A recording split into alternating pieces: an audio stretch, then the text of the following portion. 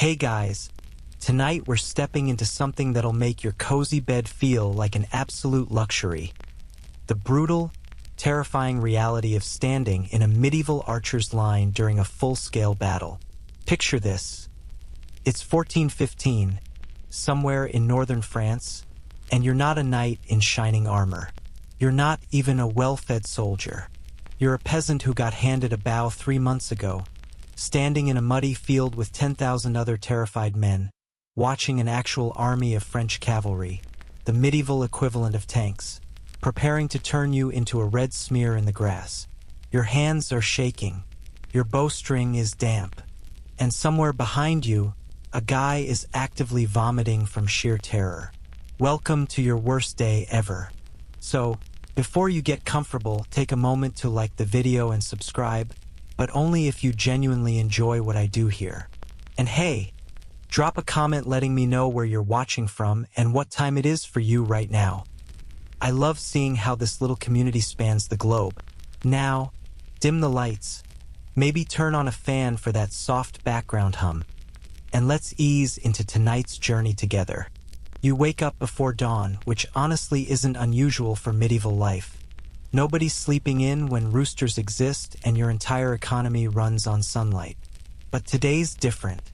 Today, the camp is already buzzing with an energy that makes your stomach clench.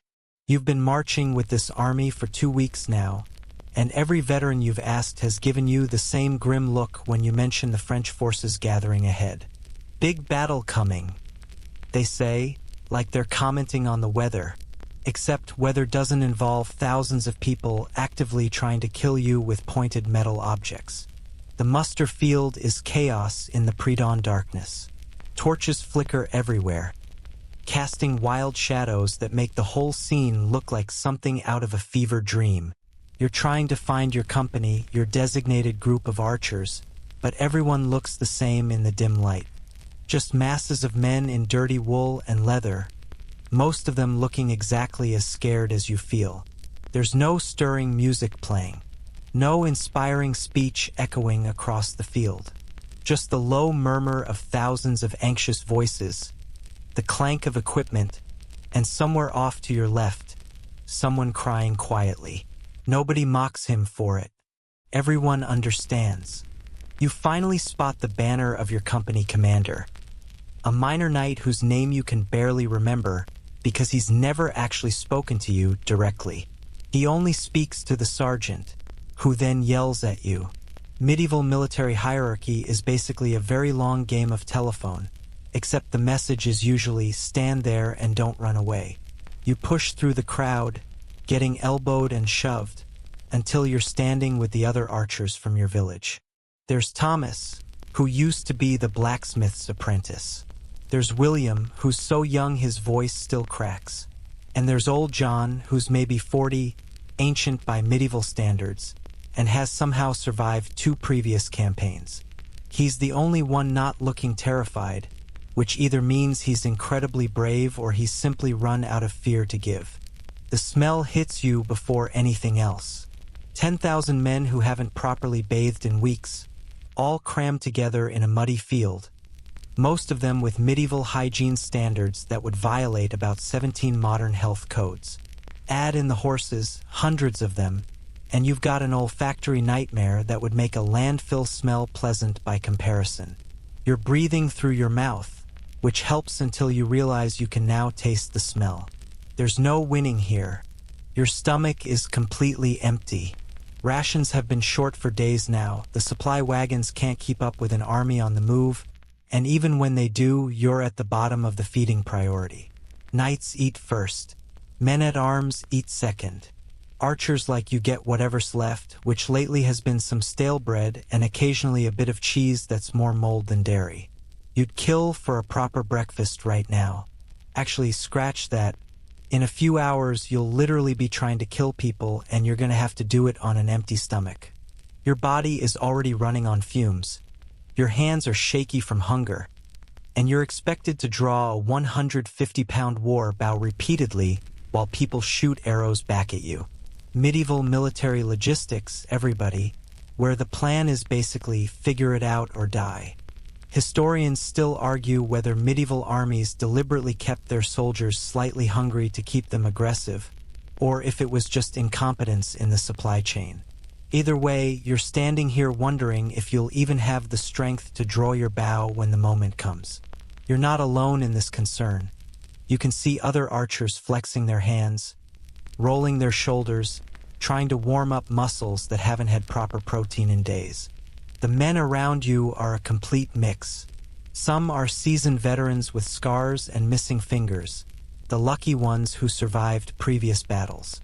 Most are like you, farmers, laborers, craftsmen who got pressed into service because the king needed bodies and your lord decided you were expendable enough to send. There's a weird camaraderie forming, though. You don't know most of these men's names, but you're all equally terrified, and there's something bonding about shared misery. The guy next to you, broad shoulders, farmer's tan, catches your eye and gives you a nod that somehow communicates everything. This is insane. We might die today, but we're in it together. You nod back. What else can you do? A sergeant starts moving through the ranks, and you recognize the type immediately, the kind of guy who probably enjoyed being a bully even before he had official authority. He's checking weapons, yelling at anyone whose equipment doesn't meet his standards, which seems wildly arbitrary given that most of you are holding bows that have seen better days. You call that a bowstring? He screams at someone 3 men down. That'll snap on your second draw. You want to die standing there with a useless stick in your hands. The poor archer stammers something about it being all he was issued, and the sergeant just shakes his head and moves on. Problem identified, problem ignored. Very on-brand for medieval military administration.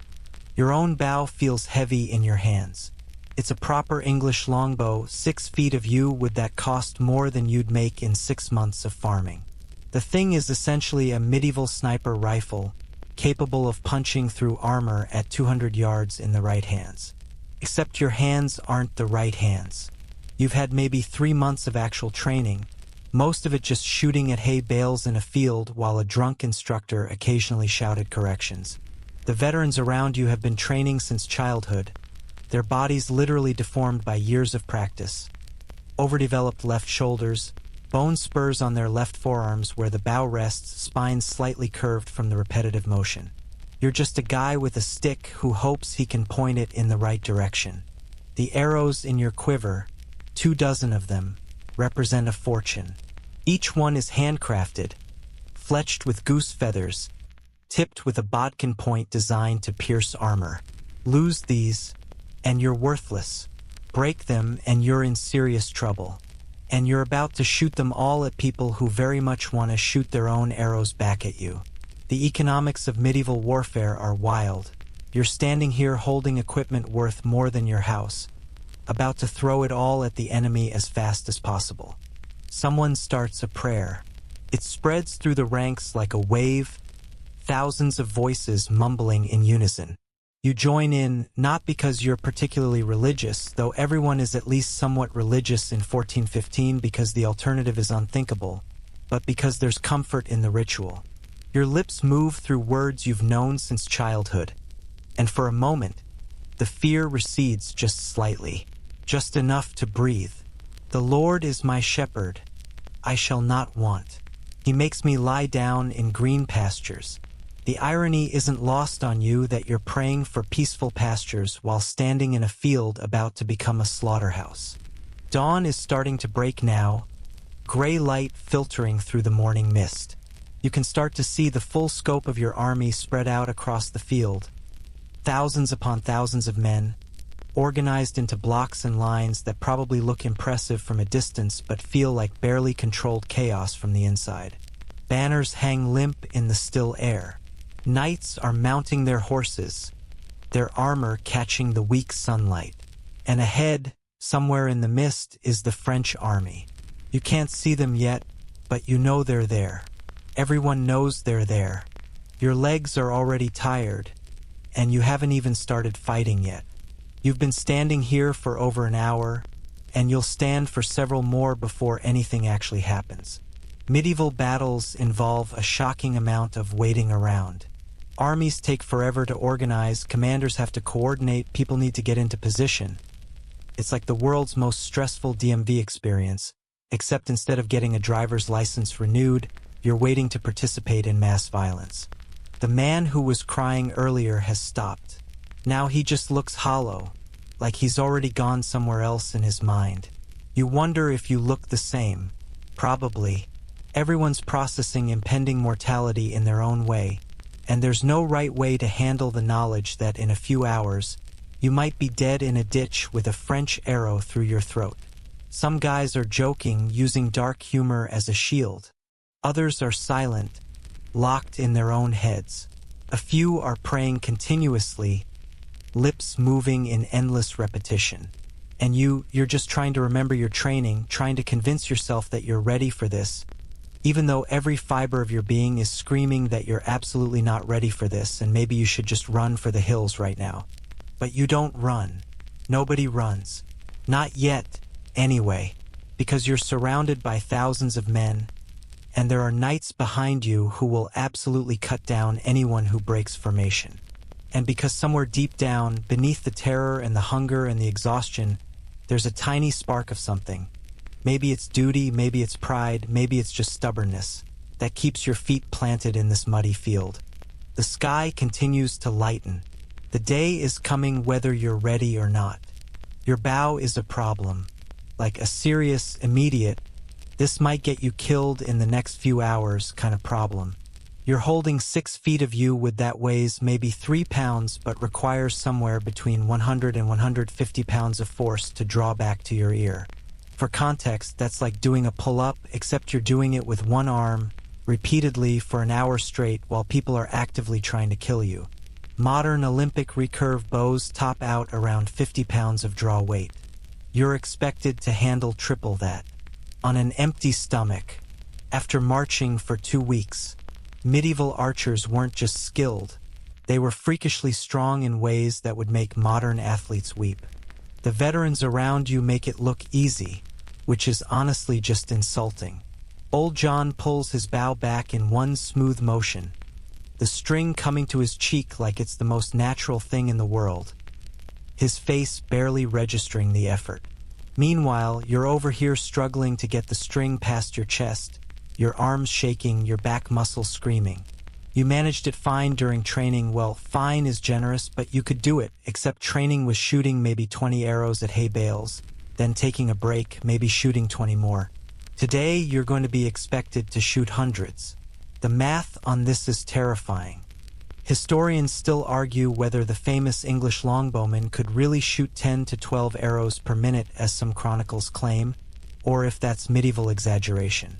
Either way, even 6 arrows per minute while maintaining accuracy is an absolutely superhuman feat of endurance. Your shoulders are going to be on fire within the first 10 minutes, guaranteed. And that's assuming your technique holds up under pressure, which, let's be honest, it probably won't.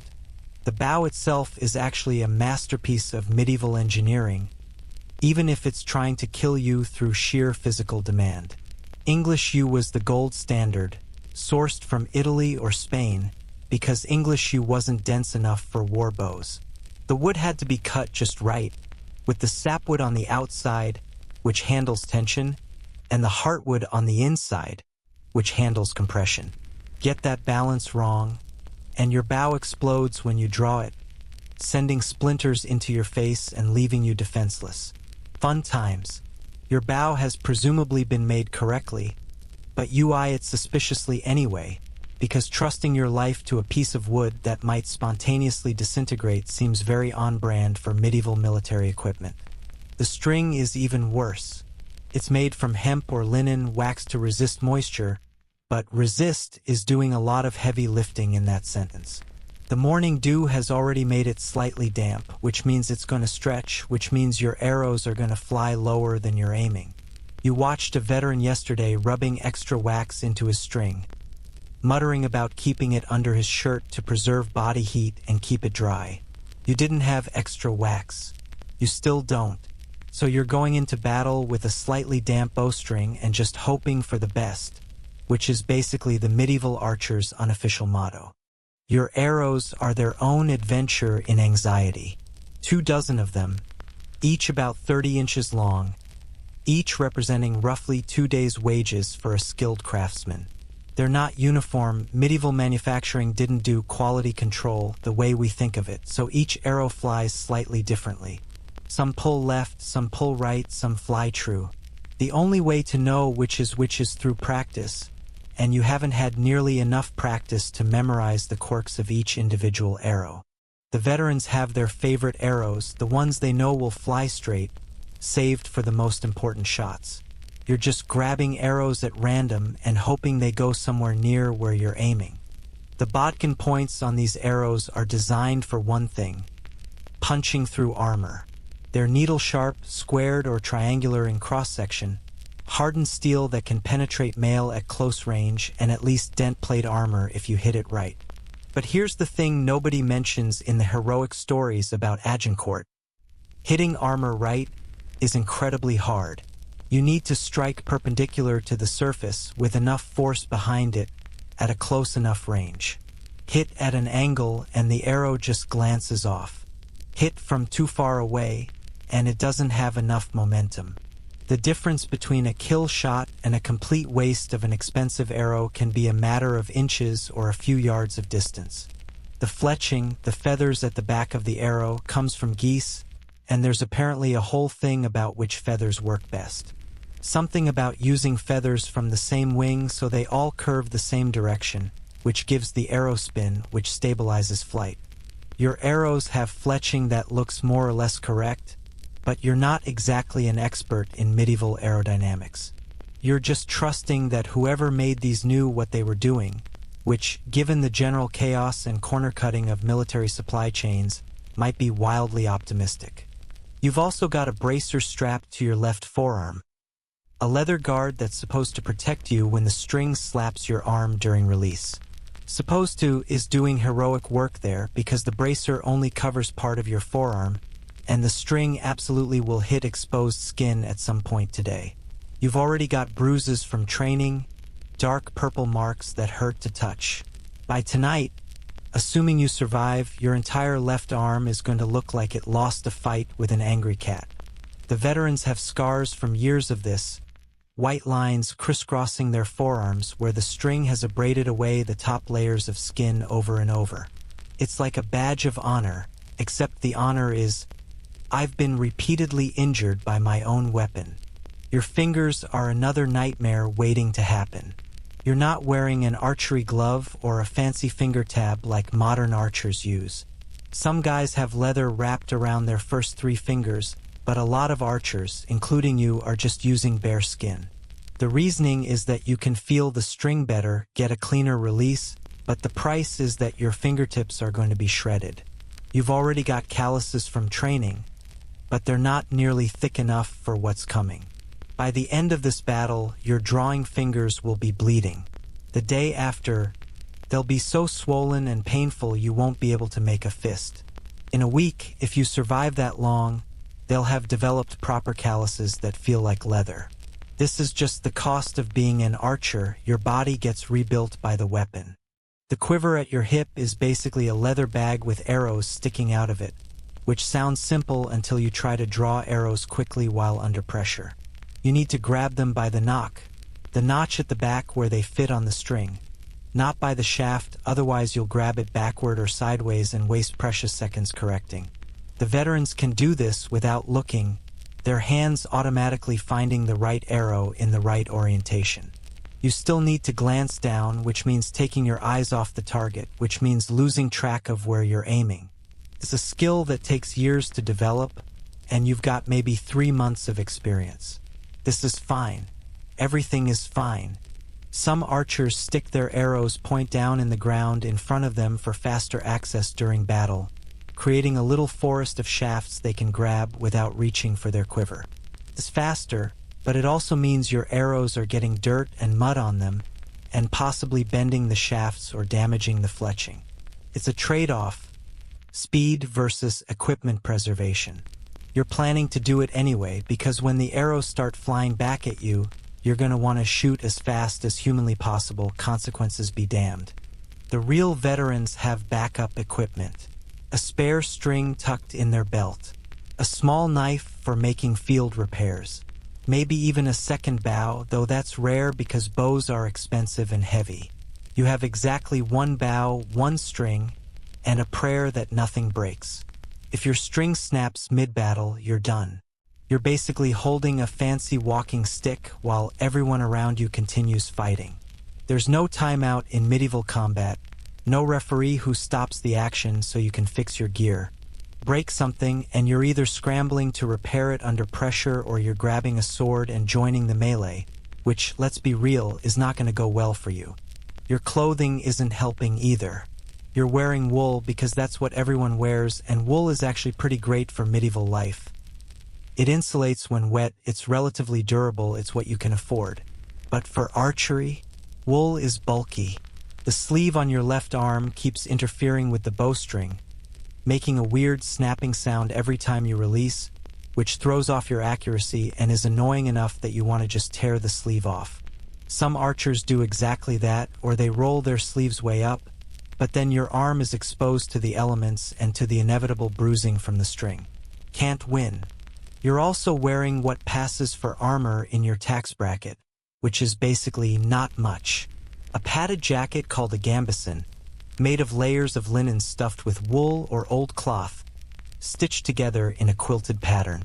It'll stop a weak hit, maybe turn aside a glancing blade, and it provides basically zero protection against an arrow. An arrow will go through this thing like it's tissue paper, especially a heavy war arrow shot from close range. The knights get plate armor, the men-at-arms get mail, and you get medieval bubble wrap. The social hierarchy of medieval armies is visible just by looking at who's protected and who's basically wearing their pajamas to a fight. Some guys have a helmet, a simple kettle hat, or a basic steel cap, but a lot of archers don't. Helmets are expensive, they're heavy, and they restrict your vision and hearing, which are both kind of important when you're trying to track targets and listen for commands. You don't have a helmet. Your head protection is your hair and a desperate hope that nobody aims at your face.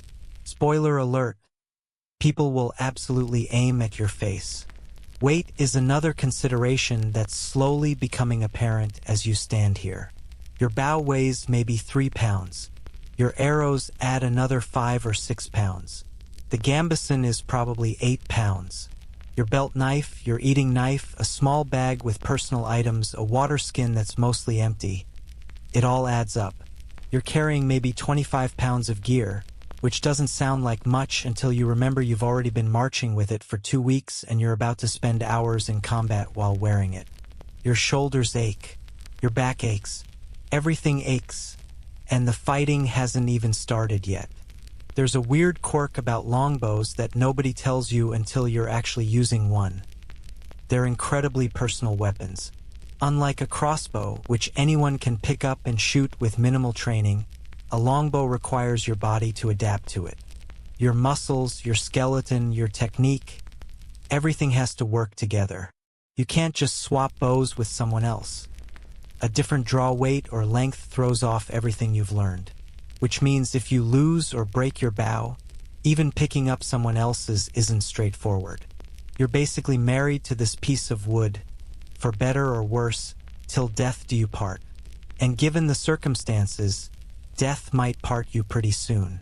The guy next to you, the farmer with the broad shoulders, is checking his bow with the kind of casual competence that suggests he actually knows what he's doing. He notices you watching and gives you a slight smile. "First real fight?" he asks quietly. You nod. "Me too," he admits. "But I've been shooting since I was 8. My father was an archer. Taught me everything." There's pride in his voice, but also fear. Being skilled doesn't mean you're safe. It just means you're skilled at something that might get you killed anyway. He shows you how he's arranged his arrows in his quiver, all the nocks facing the same way for easy drawing. It's a small thing, but it's something, and you quickly rearrange your own arrows to match.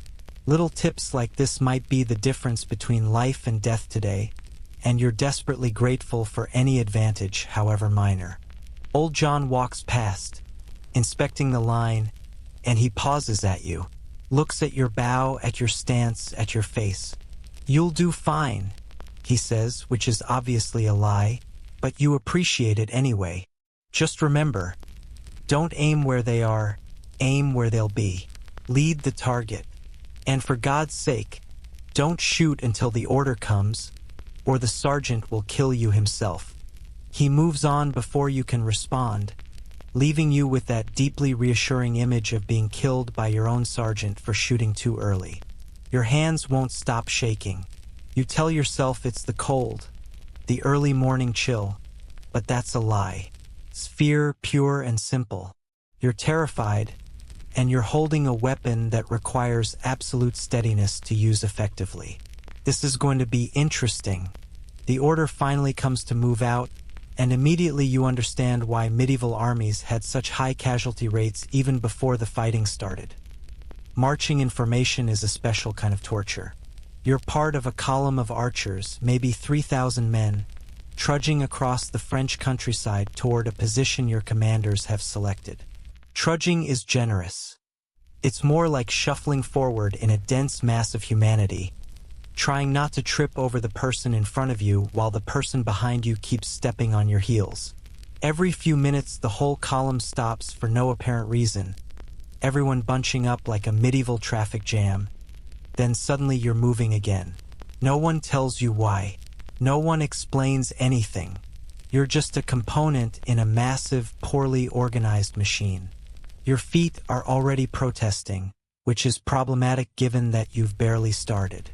Medieval footwear is basically leather shaped vaguely like a foot, with thin soles that let you feel every rock and root on the ground. The fancy term is turn shoes, leather sewn inside out then flipped right side out, which puts the seam on the inside where it can rub your feet raw with every step. You've got cloth wrapped around your feet under the shoes, the medieval version of socks. But it's not enough. The veterans have feet like leather. Years of marching have turned their soles into natural calluses. You've got tender farmers' feet that are developing blisters approximately 30 seconds into this march. The weight situation is getting worse. What felt manageable standing around the muster field now feels like someone's adding rocks to your gear every few minutes. That 25 pounds of equipment is distributed awkwardly, the quiver bouncing against your hip, the bow in your hand requiring constant adjustment to keep it from catching on the people around you, the gambeson soaking up moisture from the morning air and getting progressively heavier. Your shoulders are burning.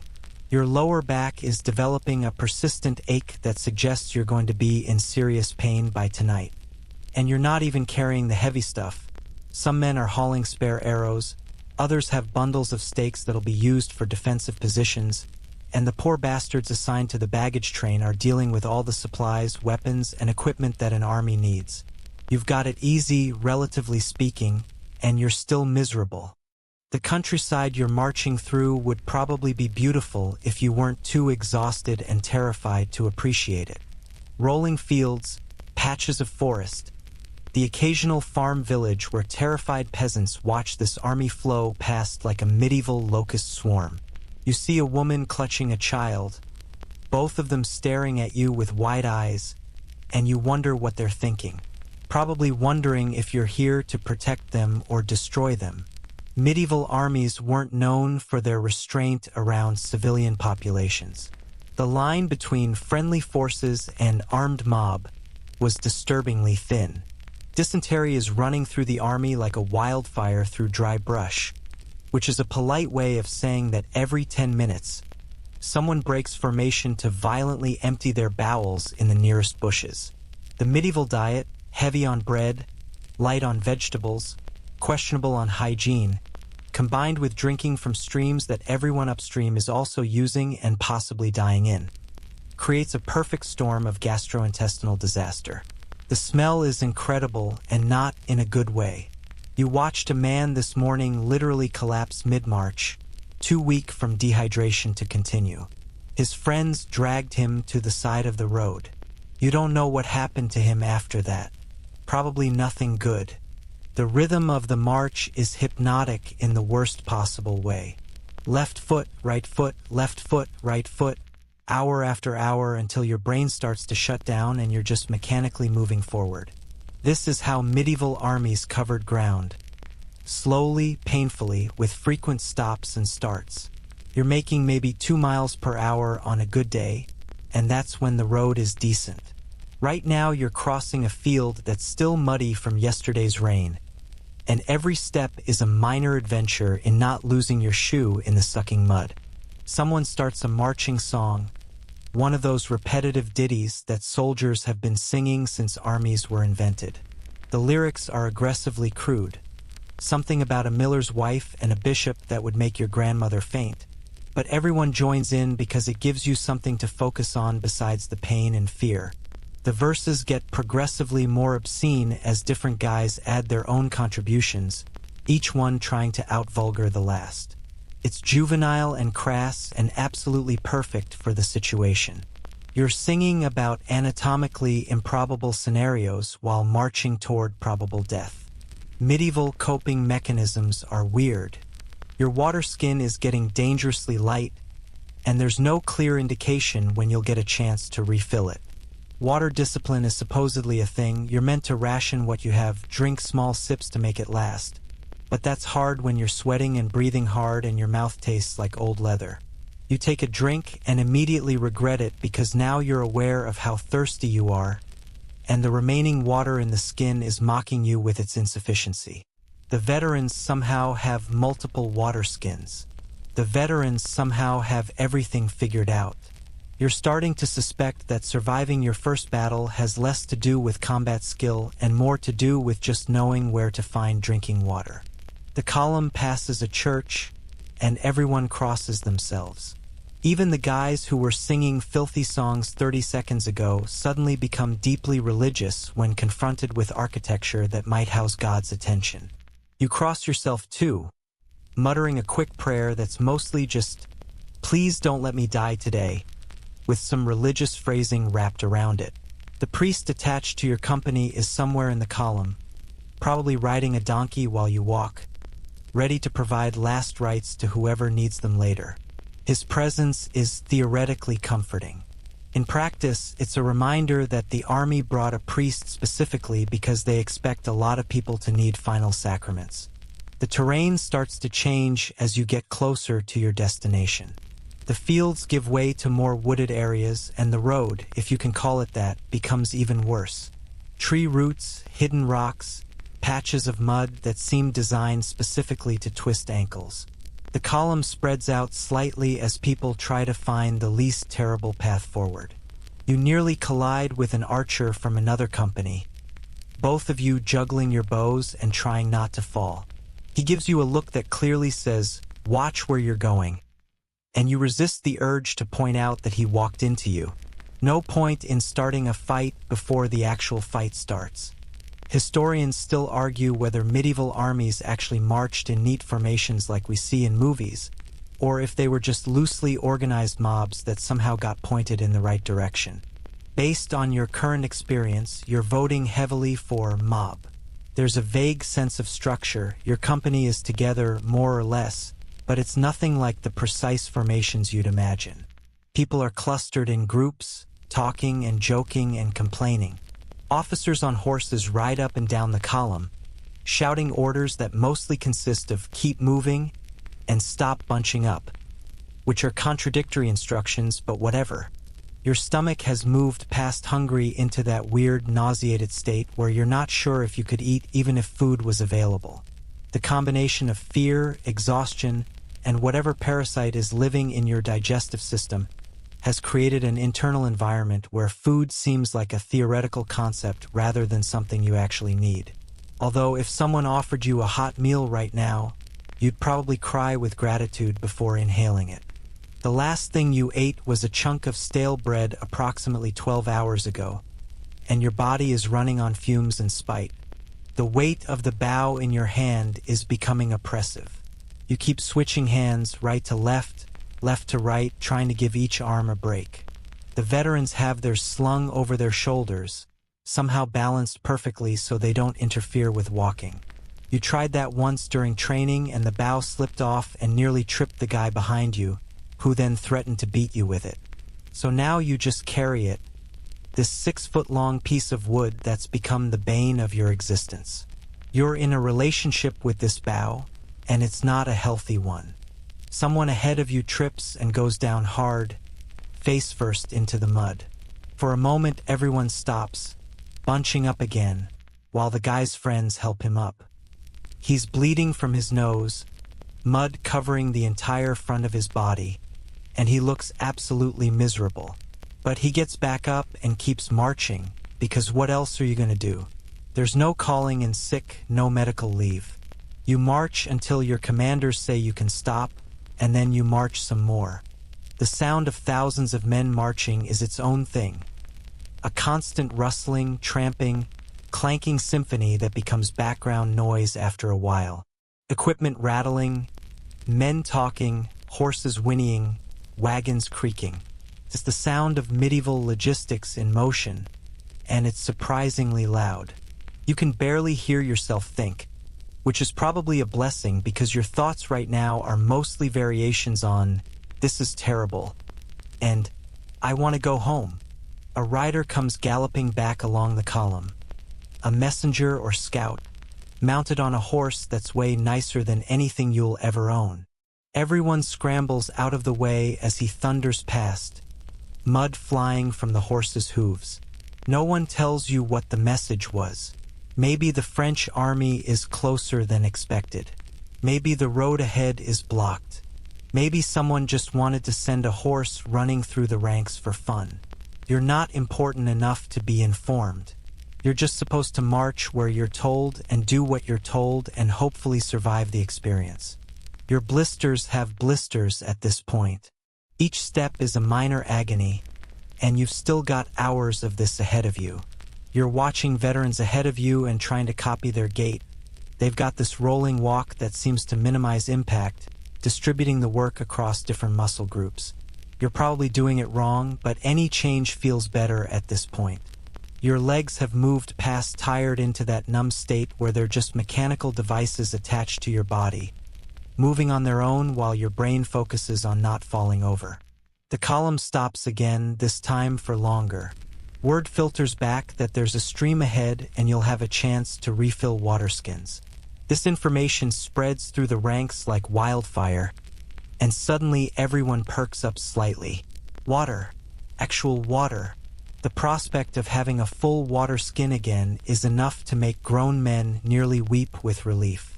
When you finally reach the stream, a muddy trickle that you wouldn't normally consider drinking from, everyone crowds around it like it's the fountain of youth. You fill your skin, trying not to think about what might be upstream. Could be dead animals. Could be another part of the army doing their business. Could be clean mountain runoff. You'll never know, and honestly, you don't care. It's wet, and that's all that matters. Someone takes advantage of the stop to remove their shoes and check their feet. Bad decision. Their feet are a disaster. Bleeding blisters, torn skin, toenails that look ready to fall off. One of the veterans glances over, shakes his head, and hands the guy some strips of cloth. "Wrap them better," he advises. "You've still got another few hours of this." The guy looks like he might cry. You look away, suddenly very aware of your own feet and how they're probably in similar condition. Better not to check. What you don't know can't demoralize you further. The break lasts maybe 10 minutes, then you're moving again. The torture continues. Left foot, right foot, left foot, right foot. You lose track of time, falling into that marching fugue state where hours pass like minutes and minutes pass like hours. The sun is higher now, warming the air, which means you're sweating in your wool gambeson, which means you're going to be even more dehydrated, which means you'll drain your newly filled water skin faster. The circle of medieval misery continues. You finally reach your destination as midday approaches. The army is positioning itself in a field that's apparently been chosen for tactical reasons you don't understand and nobody bothers to explain. All you know is that you're stopping, and the stopping alone is enough to make you grateful to whatever saint is responsible for small mercies. Your legs nearly buckle when the column halts. You've been moving for so long that standing still feels unnatural. But there's no rest. Immediately, sergeants are shouting orders, organizing companies into positions, setting up the battlefield formation. You're herded into a line with the other archers, spacing yourself out according to instructions being screamed at you by men who seem personally offended by your existence. Stakes need to be driven into the ground, sharpened wooden posts angled toward the enemy to slow cavalry charges. You're not on stake duty, thank God, but you watch other men hammering away with mallets, creating a defensive barrier that seems wildly insufficient against armored knights on horseback but is apparently the best plan available. Your feet are screaming, your back is screaming, your shoulders are screaming. Everything is screaming except your actual mouth, because complaining gets you in trouble. You've marched for hours carrying equipment that's trying to kill you through incremental suffering, and now you get to stand here and wait for the actual killing to start. Welcome to medieval warfare. The battle hasn't even begun, and you're already destroyed. The waiting is somehow worse than the marching. At least while you were moving, you had something to focus on. Don't fall, don't lose your equipment, don't step in that suspicious puddle. Now you're just standing in formation, watching the French army assemble across the field, and your brain has way too much time to think about what's coming. You can see them. They can see you. Everyone's just staring at each other like the world's most violent staring contest, except the prize for winning is getting to stay alive. The French look impressive, you'll give them that. Their army is massive, easily outnumbering your forces, maybe 3-1 by some estimates. Knights in full plate armor that catches the sunlight, looking like they're made of money because they basically are. Each suit of plate armor costs about as much as a village, and there are hundreds of them over there. Banners everywhere, bright colors snapping in the breeze, heraldry that probably means something important to people who care about that stuff. They look like an army. Your side looks like an exhausted mob that someone handed weapons to and hoped for the best. A priest is moving through the ranks now, offering blessings. He's got a whole entourage. Assistants carrying holy water, icons, a portable altar that seems wildly impractical for a battlefield, but here we are. He stops at your section of the line, and suddenly everyone's kneeling in the mud, heads bowed. The priest launches into Latin that you mostly don't understand, but the gist is clear. God is on your side, the enemy are probably heretics or at least morally questionable, and dying today means going straight to heaven, so really it's a win-win situation. You're not entirely convinced by this logic, but you cross yourself and mumble amen with everyone else because what else are you going to do? Argue theology with a priest right before a battle?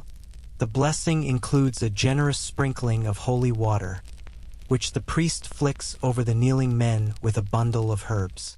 It hits your face. Cold, slightly oily, smelling vaguely of incense. Theoretically, you're now spiritually fortified against the forces of evil. Practically, you're wet and still terrified. But there's something comforting about the ritual, the sense that you've done what you can on the spiritual front. If you die today, at least you're dying with a recent blessing. Your soul should be good to go, assuming the whole heaven thing works the way the priests say it does. Behind you, somewhere in the mass of the army, surgeons are setting up their stations.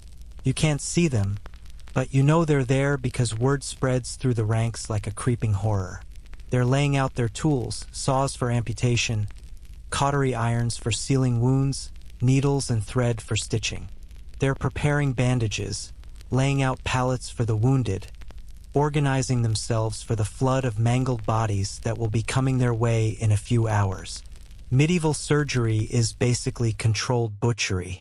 If you take a serious wound, your options are: let the surgeon hack off the damaged part and hope you don't die from shock or infection, or just die from the wound. Neither option is appealing. Someone's passing around a skin of wine. Not the good stuff, just sour vinegar wine that medieval armies used to make questionable water more drinkable. But alcohol is alcohol, and right now you'll take whatever courage you can get, liquid or otherwise. You take a swig, the wine burning your throat, warmly spreading through your empty stomach. It's not enough to get drunk, barely enough to take the edge off, but it's something. The skin makes its way down the line, each man taking a drink, a small communion of shared fear and desperate hope. Old John is doing something with his arrows that catches your attention. He's checking each one individually, sighting down the shaft to make sure it's straight, testing the fletching, examining the points. Any arrow that doesn't meet his standards gets set aside. You watch him reject maybe 1 in every 5 arrows, which seems wasteful until you realize that a bent arrow could miss by yards, and missing in battle means wasting equipment and possibly getting someone killed. Quality control matters when your life depends on it. You start checking your own arrows, trying to imitate his technique. You're not as experienced, so you can't tell the subtle differences he's seeing, but you manage to identify a couple that are obviously bent. Those go to the back of your quiver, emergency use only. The French army is still organizing itself, which apparently involves a lot of pageantry. Knights are riding back and forth, showing off their horses and armor, probably giving inspiring speeches to their men that you're too far away to hear. Medieval nobility loved their theater, and battle was the ultimate stage. You're watching what amounts to a very expensive, very deadly performance. Somewhere over there, a French knight is probably polishing his armor one last time, checking that his heraldry is displayed correctly, making sure he looks appropriately glorious before he tries to kill you. Your bladder is suddenly demanding attention, which is spectacularly bad timing. But you're not alone. Men all along the line are stepping back slightly, turning away, relieving themselves right there in position. There's no privacy, no dignity, just the practical reality that you can't hold it forever and nobody wants to piss themselves during combat. The smell of urine joins the already impressive collection of odors coming from several thousand unwashed, terrified men standing in close proximity. Medieval warfare assault all your senses, and none of them in pleasant ways. Historians still argue whether medieval soldiers actually experienced the same level of pre-battle psychological trauma that modern soldiers do, or if growing up in a more violent society somehow made them more resilient to combat stress.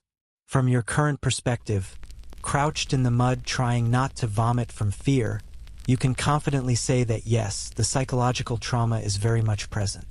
Your hands won't stop shaking. Your breath is coming in short, rapid gasps. Your heart is hammering so hard you can feel it in your throat. If this is what it feels like to be mentally prepared for combat, you'd hate to experience being unprepared. A knight rides along your section of the line, one of the commanders, though you don't know his name. He's giving a speech, trying to inspire the troops with talk of glory and duty and the righteousness of your cause. He's doing that thing where he projects confidence and courage, his voice ringing out across the field. Today we fight for king and country. Today we show these French dogs what English steel tastes like. Today we write our names in history. It's a decent speech, honestly, hitting all the expected notes. The men around you cheer on cue, raising their bows, shouting defiance at the enemy across the field. You cheer too, caught up in the moment, but there's a part of your brain that's noting the details. The knight is on a horse, not standing in the line. He's wearing full armor, not a gambeson that stops exactly nothing.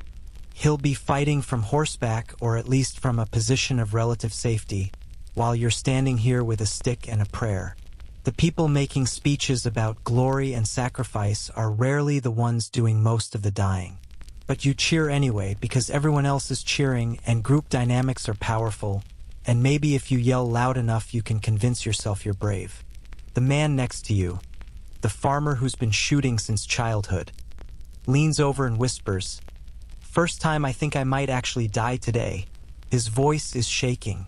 You nod because you've been having the same thought on repeat for the past hour. "If I go down," he continues, "my bow, it's a good bow. Someone should use it." You tell him he's not going to die, which is probably a lie, but it's the lie you're both pretending to believe. "You either," he says. "We're getting through this. Another lie, but it's all you've got. Somewhere in the back ranks, someone starts crying. Not quiet sniffles, but full-on sobbing. You can hear it clearly in the weird silence that's fallen over the field. Nobody mocks him. A sergeant moves over, talking to him quietly, and the crying doesn't stop but gets softer. Everyone understands. Terror is the most honest emotion on this field right now. The guys who aren't scared are either incredibly brave, incredibly stupid, or they've already died inside and just haven't fallen down yet. Your mouth is impossibly dry despite the water you drank earlier. Fear does something to your salivary glands, apparently, leaving your mouth feeling like it's been stuffed with cloth. You try to work up some spit, but it's not happening. The wine didn't help. If anything, it made the dryness worse. You take another sip from your water skin, knowing you need to conserve it but unable to tolerate the desert in your mouth. The stakes are all in position now, creating a forest of sharpened wood points angled toward the enemy. They're supposed to stop cavalry charges, or at least slow them down enough that you can shoot the horses out from under the riders. In theory, it's a solid plan. In practice, you're looking at wooden sticks standing between you and armored knights on 1,000-pound war horses, and the math doesn't feel like it works out in your favor. But it's what you've got, so you'll trust the plan and hope medieval military tactics are more effective than they look. An archer down the line is checking his fingers, flexing them, preparing for what's coming. His drawing fingers are already wrapped in strips of leather. He's one of the guys who doesn't trust bare skin for extended shooting.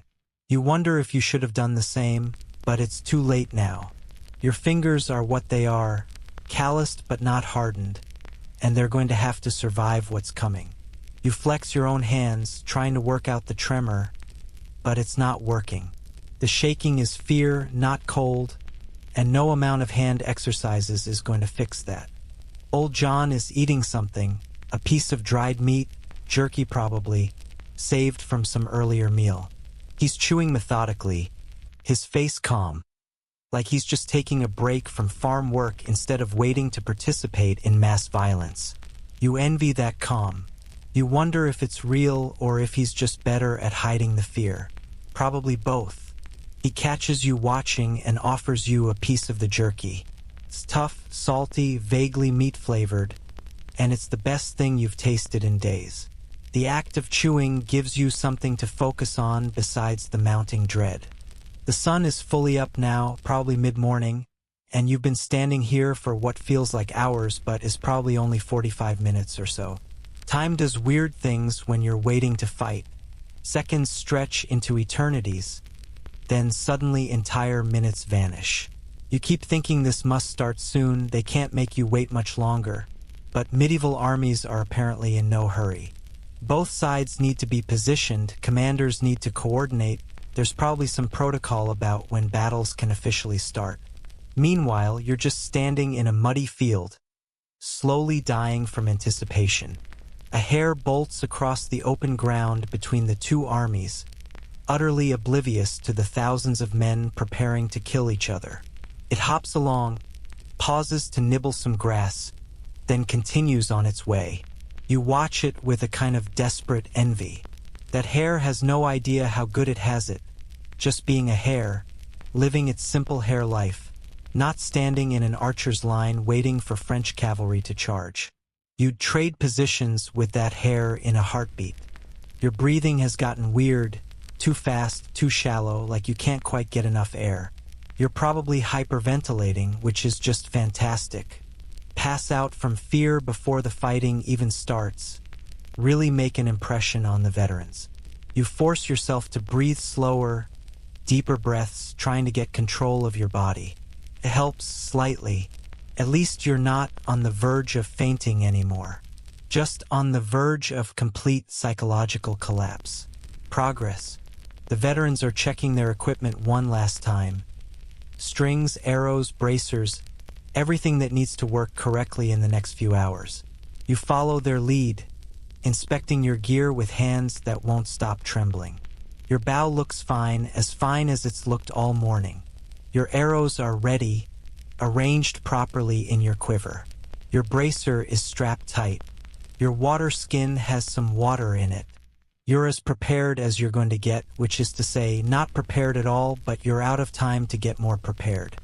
Somewhere across the field, the French are doing their own preparations, probably having their own moments of fear and doubt, their own whispered prayers, their own desperate attempts to appear braver than they feel. They're just people too, you remind yourself.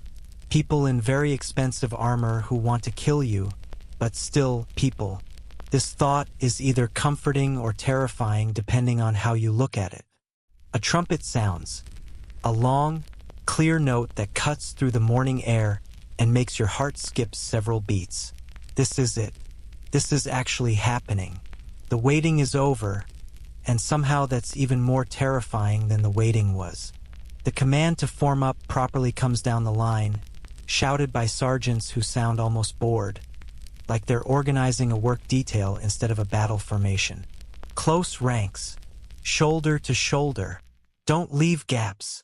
You shuffle sideways, pressing against the men on either side of you until there's maybe 6 inches between you and your neighbors. You can smell them, sweat, fear, morning breath, all the delightful aromas of medieval humanity in crisis. The guy on your right is breathing so hard you can feel it, rapid panicked breaths that match your own. The guy on your left is muttering a prayer in a continuous stream, the words blurring together into a desperate monotone plea for divine intervention. There are thousands of you packed into this formation. The line stretches in both directions farther than you can see. A massive block of archers with men-at-arms filling in the gaps, and somewhere behind you, the knights on their horses waiting for their moment. This is the English battle formation that supposedly won wars. Archers in front, protected by stakes, supported by heavier troops, the whole thing designed to turn incoming cavalry charges into a meat grinder.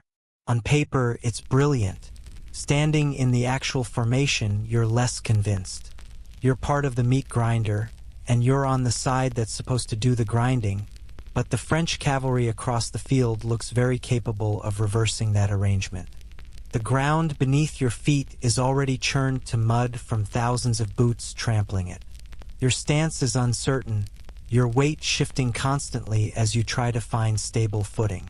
This is where you'll stand for the duration of the battle. Maybe hours, maybe less if something goes catastrophically wrong. This patch of mud might be where you die. That thought keeps intruding, unbidden and unwelcome. You try to push it away, but it comes back stronger. This could be it. This could be the place. Your position in the line is apparently determined by some system you don't understand. Maybe seniority, maybe random chance, maybe alphabetical order for all you know. You're not in the front rank, thankfully, but you're not in the back either. You're somewhere in the middle, which means you'll have a clear shot at the enemy, but you'll also be a very clear target for them. The front rank has the advantage of shooting first, but the disadvantage of being the first to die when the enemy closes. The back ranks are safer, but have to shoot over everyone's heads, which requires different aim. You're in the compromised position, which means you get a compromised amount of safety and effectiveness. Medieval military organization is all about spreading the misery evenly. The veterans are coaching the newer archers in a rapid, almost frantic flurry of last-minute advice. Draw to your ear, not your chest. You'll get more power. Don't aim straight at them. Arc it. Let the arrow come down on them. Watch your breathing. Exhale as you release. If they get close, drop the bow and grab anything with a blade. It's all useful information that you're trying to absorb while your brain is actively melting from stress. You nod along, trying to commit it all to memory, knowing you'll forget most of it the moment the first arrow flies. Old John takes position a few men down from you, his movements efficient and practiced. He plants his feet, tests his stance, makes a minute adjustment. He pulls an arrow from his quiver and holds it ready without knocking it yet. A state of preparedness that suggests he's done this before and knows the rhythm. You try to copy his stance, feet shoulder-width apart, weight slightly forward, ready to draw but not drawn yet. Your body doesn't want to cooperate. Everything feels wrong, too tense, too rigid. You force yourself to breathe, to relax muscles that have been clenched for hours. The French army is moving now, a visible shift in their formation. Knights mounting up, men forming into units, the entire mass of them organizing for the assault. You can hear them from here. Commands being shouted, horses neighing, the metallic sound of thousands of armor pieces moving in unison. It sounds like death assembling itself, taking physical form, preparing to flow across the field toward you. Your throat is so tight you can barely swallow. A command ripples down the English line. Knock arrows! Finally, something to do besides stand and wait. You reach back to your quiver, fingers automatically finding an arrow by the knock like you've practiced. You bring it forward and fit it to the bowstring, the familiar motion somehow comforting in its routine nature. The arrow rests on the bow, your drawing hand holding it lightly in place. All along the line, thousands of other archers are doing the same thing, and suddenly the formation bristles with pointed death aimed vaguely toward the enemy. You are no longer just a scared farmer with a stick. You are part of a weapon system, a component in a medieval killing machine. Your draw weight check earlier was optimistic. Now, with adrenaline flooding your system and your hands shaking and your muscles already fatigued from the march, the bow feels even heavier. You do a practice draw, not to full, just halfway, and your arms protest immediately. This is going to be a problem. You're going to have to draw this thing dozens of times, maybe hundreds, and you're already struggling. The veterans make it look easy because they have freak show archers' muscles built over decades. You have regular human arms that are rapidly discovering they're inadequate for the task. The French are still organizing, still preparing, and the waiting continues. Except now it's different. Now you have an arrow knocked, now you're in shooting stance, now the reality is immediate and visceral. Your finger on the bowstring feels every tiny vibration. The arrow shaft rests against your bow hand, a solid reminder of what's about to happen. You're going to shoot this arrow at a person, probably several arrows at several people. People who are currently alive and breathing and who might have families and farms and lives they want to get back to. People who will try to kill you first if you don't kill them. Historians still argue whether medieval soldiers experienced moral qualms about killing, or whether the different cultural context made combat death more acceptable.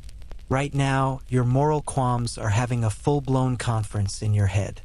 You've never killed anything bigger than a chicken. You've never been in a fight more serious than a drunken shoving match at a village festival. And you're about to participate in industrialized slaughter. The disconnect between your life yesterday and your life today is so vast it feels unreal. The man on your right starts shaking.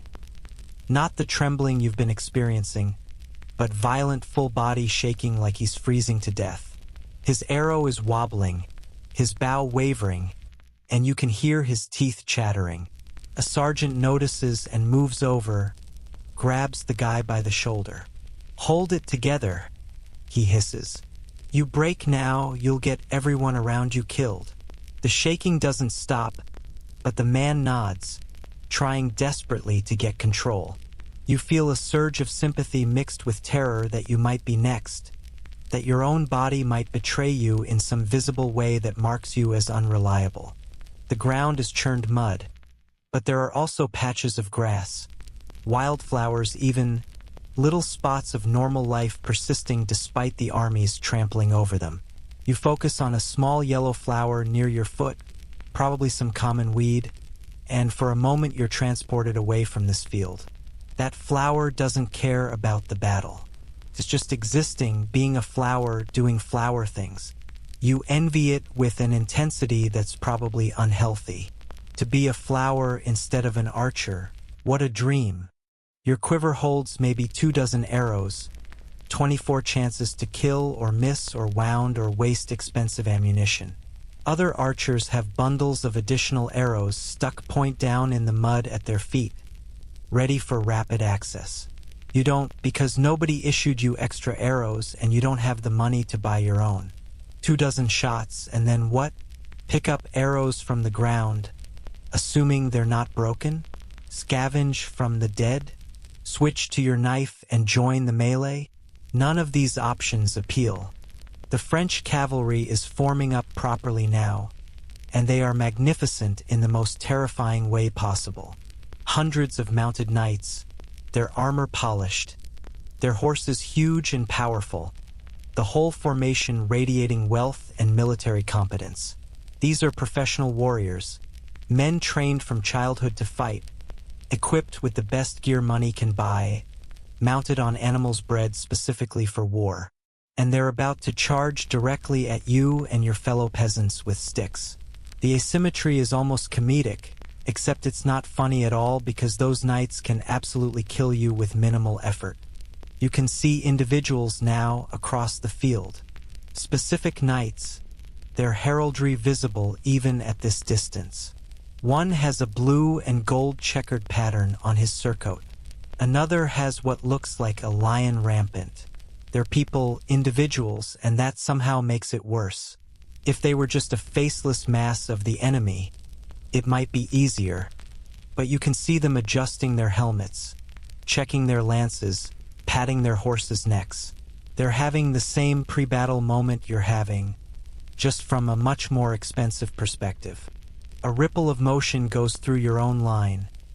Men adjusting positions, checking equipment one final time, some making the sign of the cross, others spitting for luck. The communal tension is unbearable, a pressure that keeps building with no release. You want to scream, to run, to do anything besides stand here waiting. But you hold your position because everyone else is holding theirs, and the social pressure of not being the coward who breaks formation is stronger than your individual survival instinct. For now, your legs are already tired from standing, which is absurd because the actual fighting hasn't started. But you've been standing in basically the same position for over an hour, muscles locked in place, and your calves are burning. You shift your weight from foot to foot, trying to keep blood flowing, trying to prevent cramps. Getting a leg cramp mid-battle would be a special kind of nightmare. Imagine trying to draw a bow while your calf muscle decides to seize up. The farmer next to you, your temporary battle buddy, catches your eye. His face is pale, almost gray, and you probably look the same. "Whatever happens," he says quietly, "was good to know you. It's a goodbye, a just in case, and it makes everything feel horribly real and final."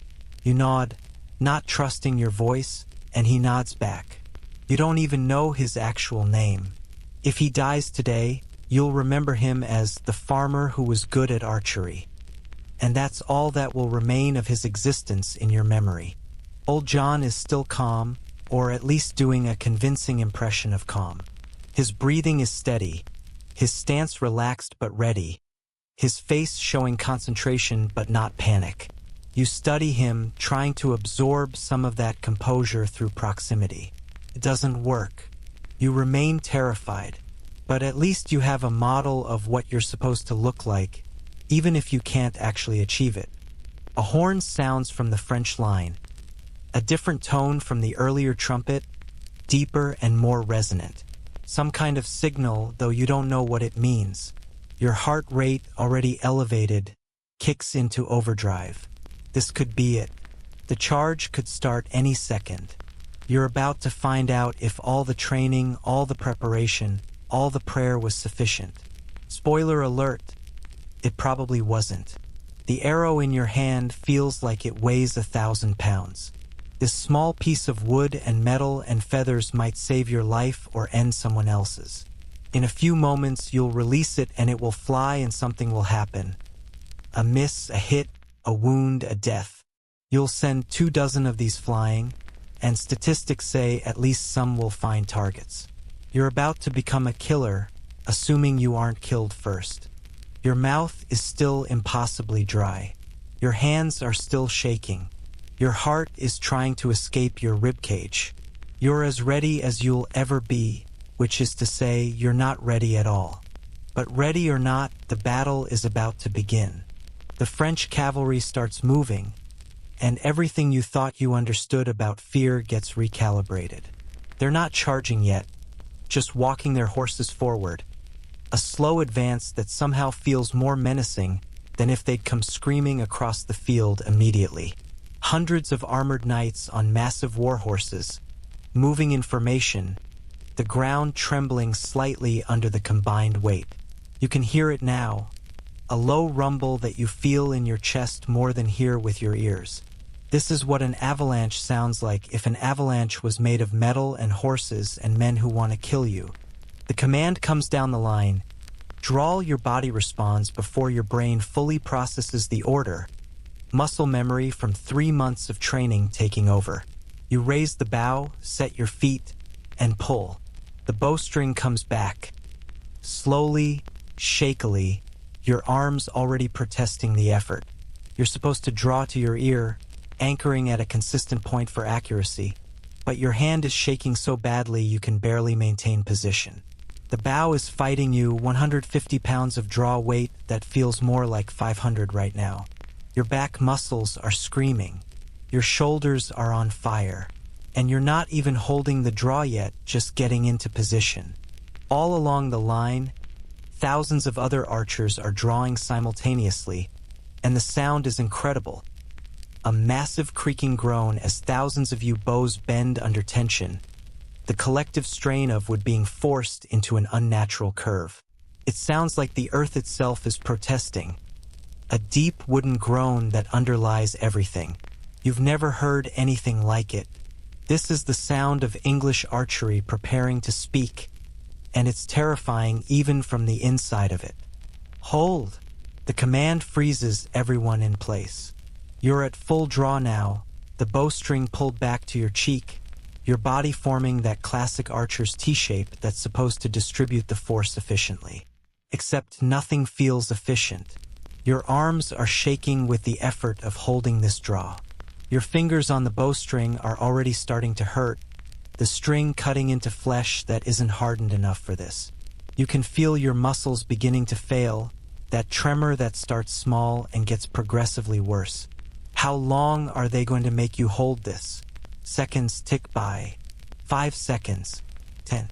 Your world narrows to just maintaining this draw, holding this position, not collapsing under the strain. The French cavalry is still advancing, still at that terrifying slow walk. You can see individual riders now, their lances lowered, their armor gleaming even under the overcast sky. They look invincible. Your arrow, this thin piece of wood and metal, looks laughably inadequate against all that steel and horseflesh. But it's what you have, so you hold the draw and try not to think about how ridiculous this is. Loose! Finally, the command comes. You release, your fingers opening, the string snapping forward with a crack that stings your forearm even through the bracer. The arrow leaps from the bow, and for just a moment you can track it, see it arc upward, and then it's lost in the sky because you're not the only one shooting. Thousands of arrows launch simultaneously, darkening the sky in a way that would be beautiful if it weren't so deadly.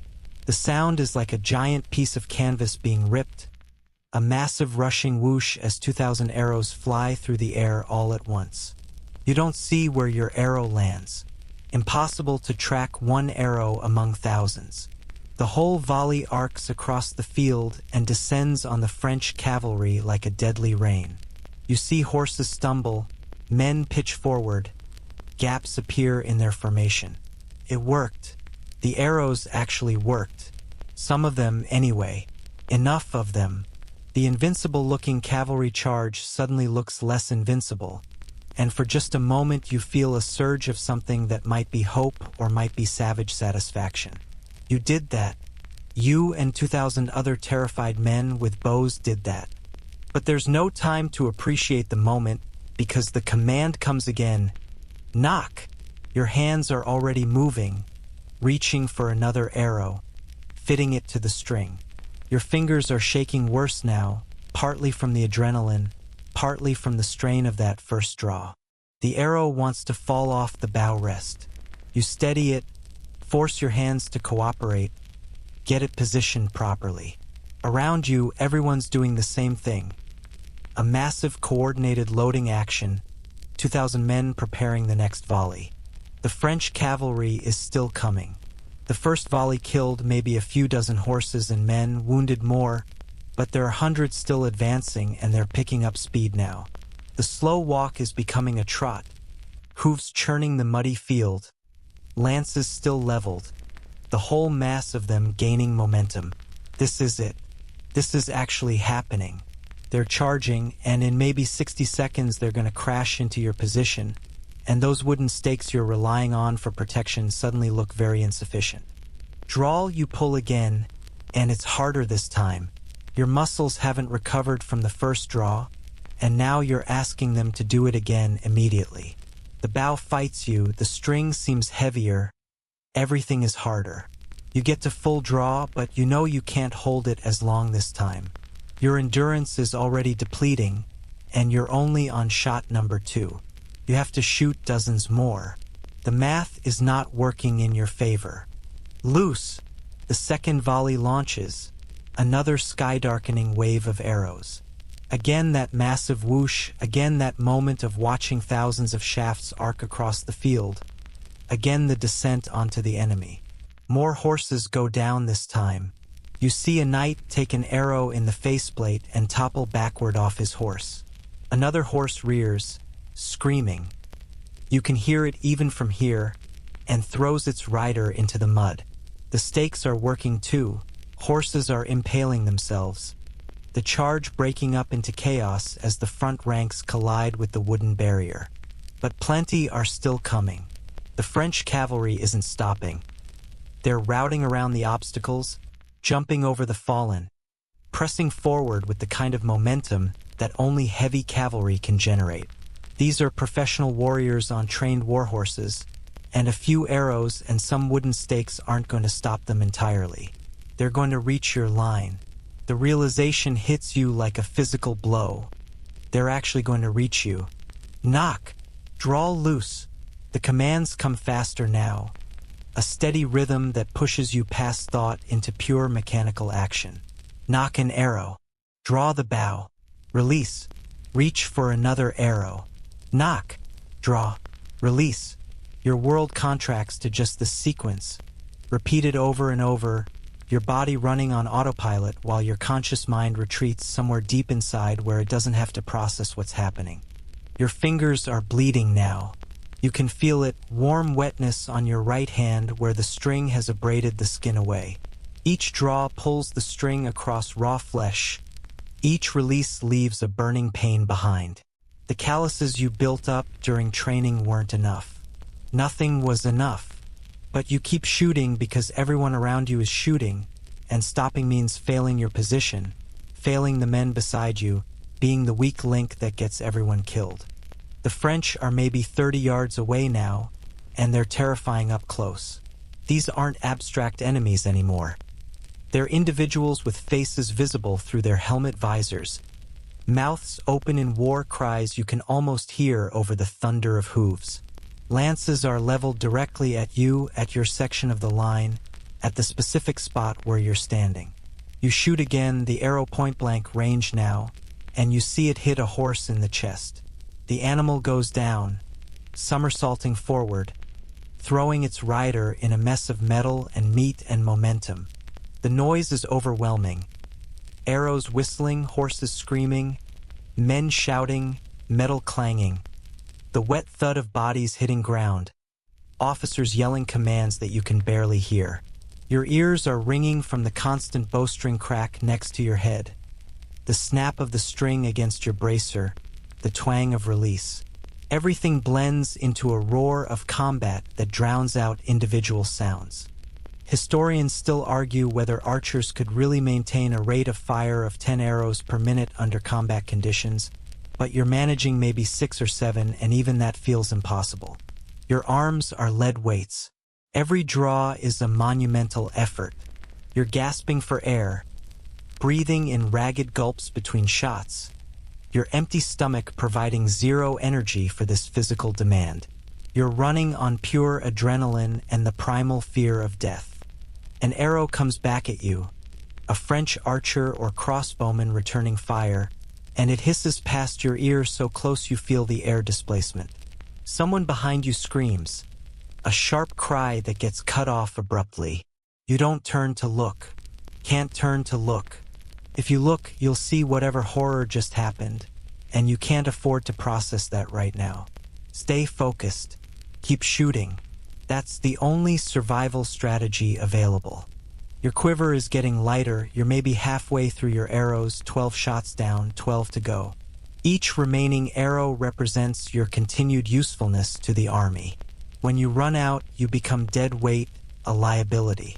Some archers are already grabbing arrows from the ground, collecting French arrows or ones that fell short, even broken ones that might still fly. Old John is doing this between volleys, his movements efficient, gathering 3 or 4 arrows in the seconds between shooting. You should do the same, but you can't make your body do 2 things at once right now. The cavalry hits your line, not where you are, but off to your left, maybe 50 yards down. The impact is catastrophic. Horses crash through the archer formation, knights swinging swords and maces, men going down screaming. The orderly line dissolves into chaos in seconds. You see an archer get trampled, disappearing under hooves, just gone. Another one tries to run and takes a lance through the back, the point erupting from his chest in a spray of red. This is what happens when cavalry reaches archers. This is why you were supposed to stop them before they got close. But your section of the line is still holding, the stakes and the arrow volleys having done their job just enough. Dead and dying horses create a barrier of meat that the surviving cavalry can't easily cross. Knights are dismounting, advancing on foot now, but that's better, slower, more manageable. You can shoot a man on foot easier than a mounted one. Not easy, but easier. You shoot again, aiming at a knight who's trying to pull a stake out of the ground to clear a path. Your arrow hits his shoulder, finds a gap between armor plates, and he drops. You don't feel triumph or guilt. You don't feel anything except the overwhelming need to keep shooting. Emotional processing can come later, assuming there is a later. The farmer next to you is crying while he shoots, tears streaming down his face, but his hands are steady and his arrows are flying true. He's not panicking. He's just expressing fear while continuing to function, which is honestly more than you're managing. You're not crying. You're not sure you're feeling anything. You're a shooting machine, a biological component of the bow system, nothing more. Your water skin is empty. You drank it all without noticing, your body desperate for hydration as you sweat and pant and burn through energy you don't have. Your mouth is dry again, that cloth-filled sensation that makes swallowing painful. But there's no time to refill, no way to step out of line for water. You shoot with a mouth like ashes and a throat like sandpaper, and you just deal with it because that's medieval warfare, suffering through multiple forms of deprivation while people try to kill you. An arrow hits the ground at your feet, sinking into the mud maybe 6 inches from your toes. Another one glances off a nearby stake with a metallic ping. The French are shooting back, and your position is not as safe as you'd like to believe. You're a target too. The realization is intellectually obvious but viscerally new. Someone across this field is specifically aiming at you, trying to put an arrow through your body, trying to end your existence. You shoot again, and again, and again. The rhythm continues, the mechanical repetition, the slow depletion of arrows and strength and hope. You've been shooting for maybe 20 minutes, though time has become meaningless. Could be 10 minutes, could be an hour, and your body is starting to genuinely fail. Not metaphorically, not in a this is hard way, but actual physical failure where muscles simply stop responding to commands. Your right shoulder feels like it's separating from your body. Every draw sends lightning bolts of pain down your arm. Your fingers are slippery with blood, making it harder to grip the string properly. You can feel blisters forming on top of the raw skin, layers of damage accumulating with each shot. The French are regrouping for another push, and you're not sure you have another push in you.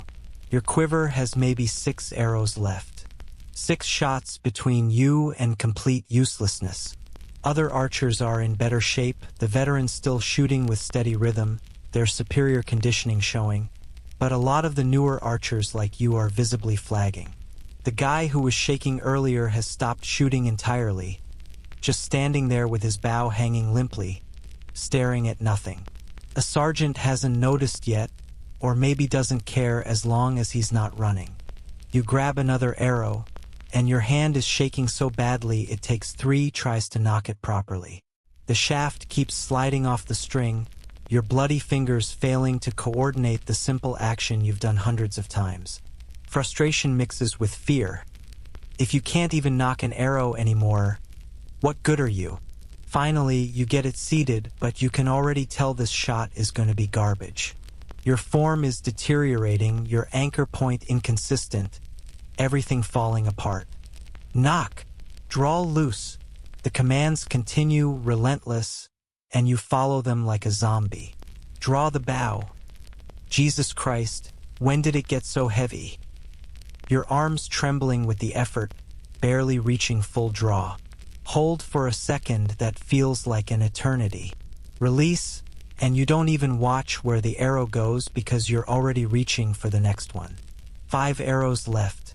The sounds of battle have reached a constant roar that your brain is starting to filter out.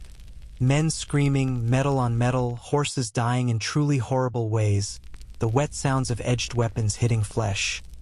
It all blends into white noise after a while. Your hearing is probably damaged from the constant bowstring crack next to your ear. Everything sounds muffled and distant, like you're underwater. Probably temporary. Probably.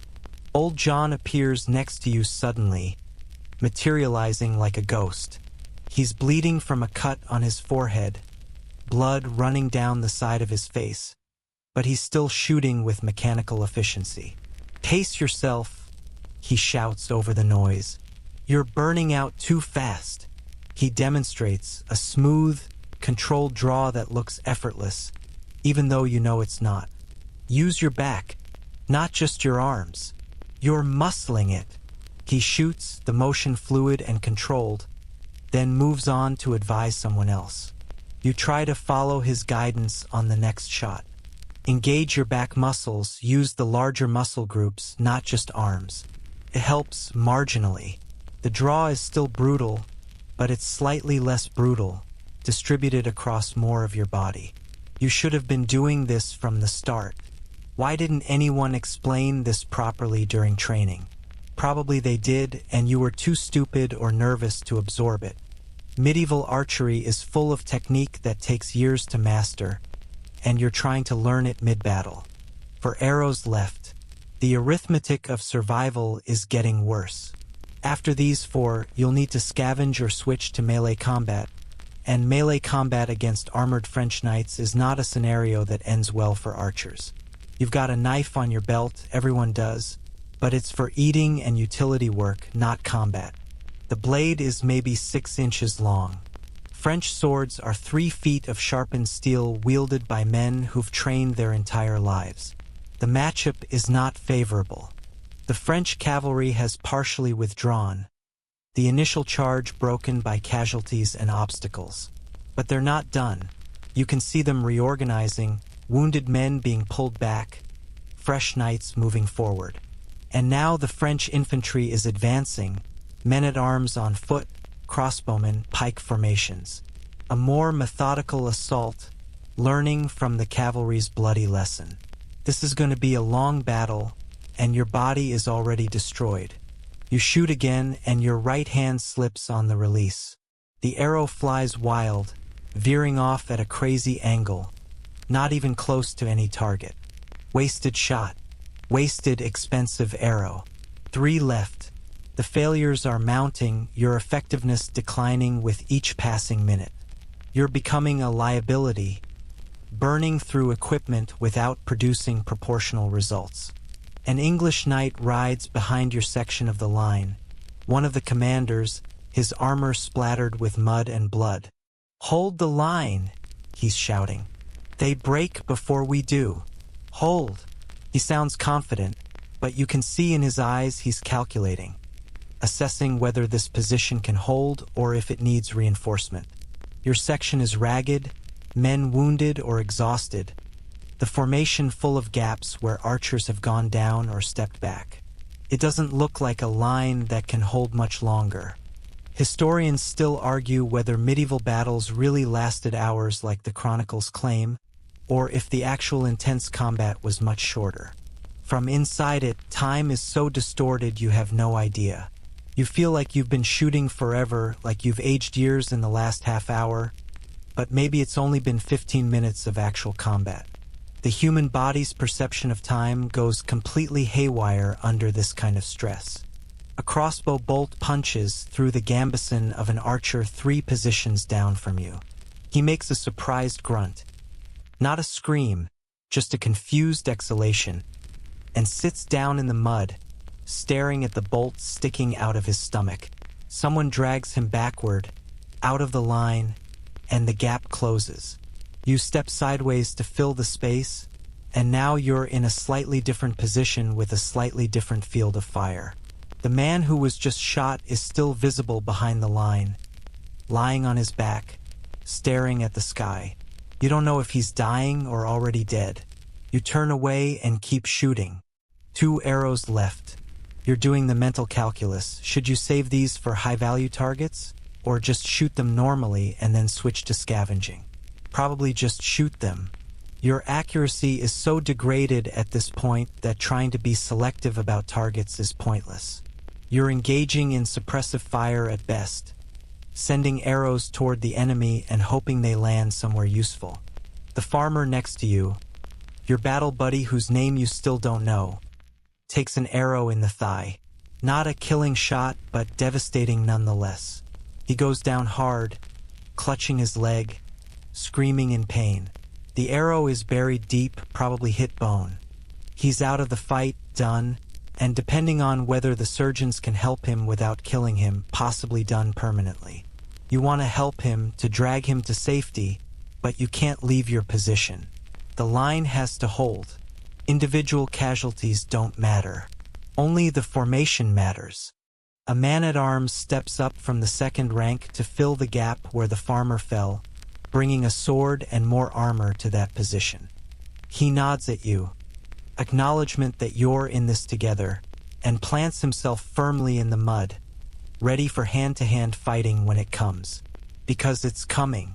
The French infantry is close now, maybe 40 yards, advancing steadily behind shields, and when they reach your position, the archery stops and the real butchery begins.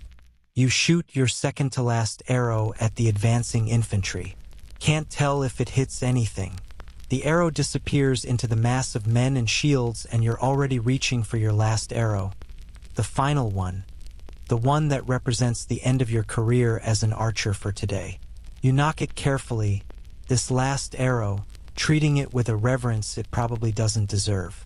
It's just a stick, just a piece of wood and feathers and metal, but it's your last stick, and after this you're something different, something less useful. Knock!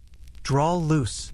The command comes again, and you draw this final arrow, your arms screaming in protest, barely able to reach full draw. You aim, or what passes for aiming when you're exhausted and traumatized and bleeding, at a French soldier with a crossbow who's taking aim at your line. You release, and miracle of miracles, you see the arrow hit him in the shoulder, spinning him around, his crossbow falling. Your last shot was good. You actually hit something intentionally with your last arrow. A small victory in the middle of horror. And now you're out, quiver empty, standing in an archer line with no arrows, which is like being a knight with no horse. Technically still a combatant, but drastically reduced in effectiveness. You look around frantically for arrows to scavenge. There are some in the mud, but they're mostly broken or bent, shafts snapped by trampling feet or horses. You grab one that looks marginally okay. The fletching is damaged, the shaft is slightly warped, but it's still pointy on one end. It'll have to do. The French infantry is close enough now that you can see faces. Individual men with expressions. Fear, determination, rage, the same cocktail of emotions you're feeling. One soldier is young, maybe younger than you, looking absolutely terrified. Another is older, scarred, moving with the confidence of someone who's done this before. They're just men. Not monsters, not demons, just men doing the same thing you're doing, trying to survive while following orders from people far from the fighting. You knock the scavenged arrow, and immediately you can feel it's wrong. The balance is off, the fletching damaged, the shaft bent. When you draw or try to draw because your muscles are barely cooperating anymore, you can see the arrow flexing unnaturally. This shot is going to go nowhere useful, but you take it anyway because what else are you going to do? Stand here empty-handed? The arrow flies in a wobbly arc and lands harmlessly in the mud maybe 20 yards away. Useless. More scavenging.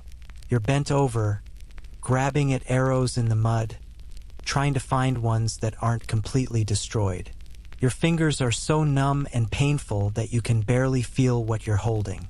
You grab 3 more arrows, all questionable quality, all probably going to shoot like garbage, but it's better than nothing.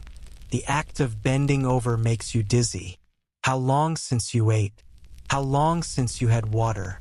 Your body is running on empty, cannibalizing itself for energy, shutting down non-essential functions to keep you upright and moving. A horn sounds not from your side, from the French. Some kind of signal.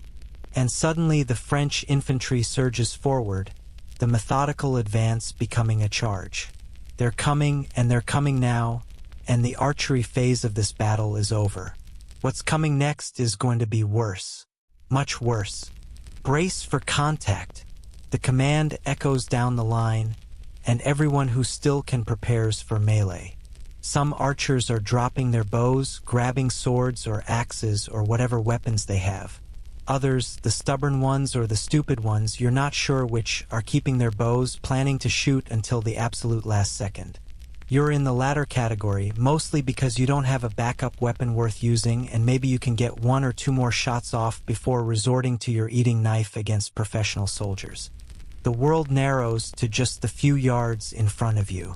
French soldiers running toward your position. Your hands reaching for another terrible arrow.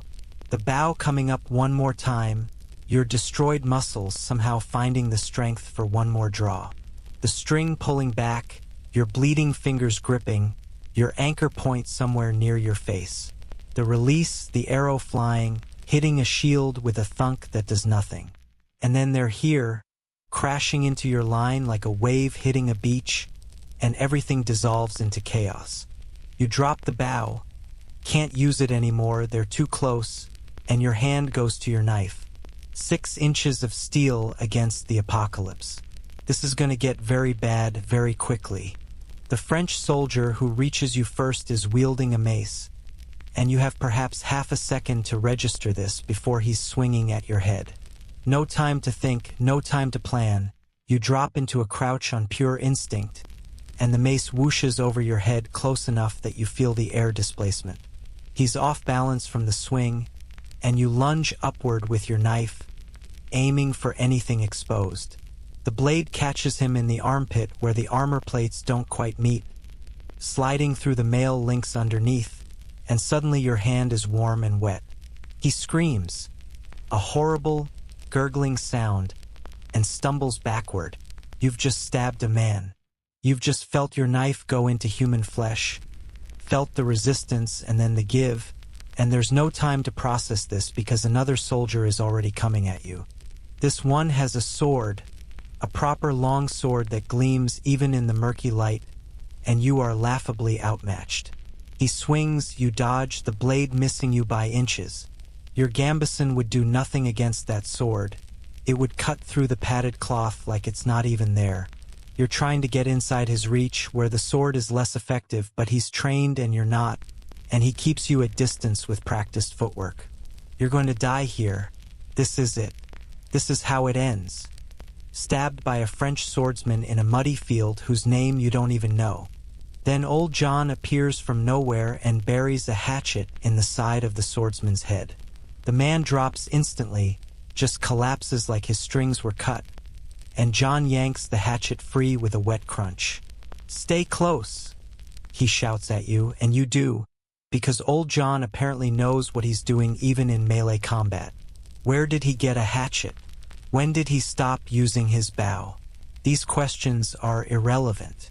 You stick close to him like a lost child, your knife held in a death grip, your entire world reduced to not dying in the next 5 seconds. The melee is absolute chaos. There's no formation anymore, no organized line, just clumps of men fighting and dying in the mud.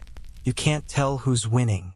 You can't see more than a few yards in any direction because of the press of bodies, the clouds of dirt being kicked up, the smoke from something burning somewhere. The noise is indescribable. Metal on metal, men screaming, men dying, orders being shouted that no one can hear or follow. This is what real battle looks like up close. Confusion and terror and blood. Your foot slips on something, you don't look down, don't want to know if it's mud or blood or a body part, and you nearly fall. Falling in a melee is death. You'll be trampled or stabbed before you can get up. You windmill your arms, somehow keep your balance, and immediately have to duck as someone swings something over your head. Who swung? Enemy or ally?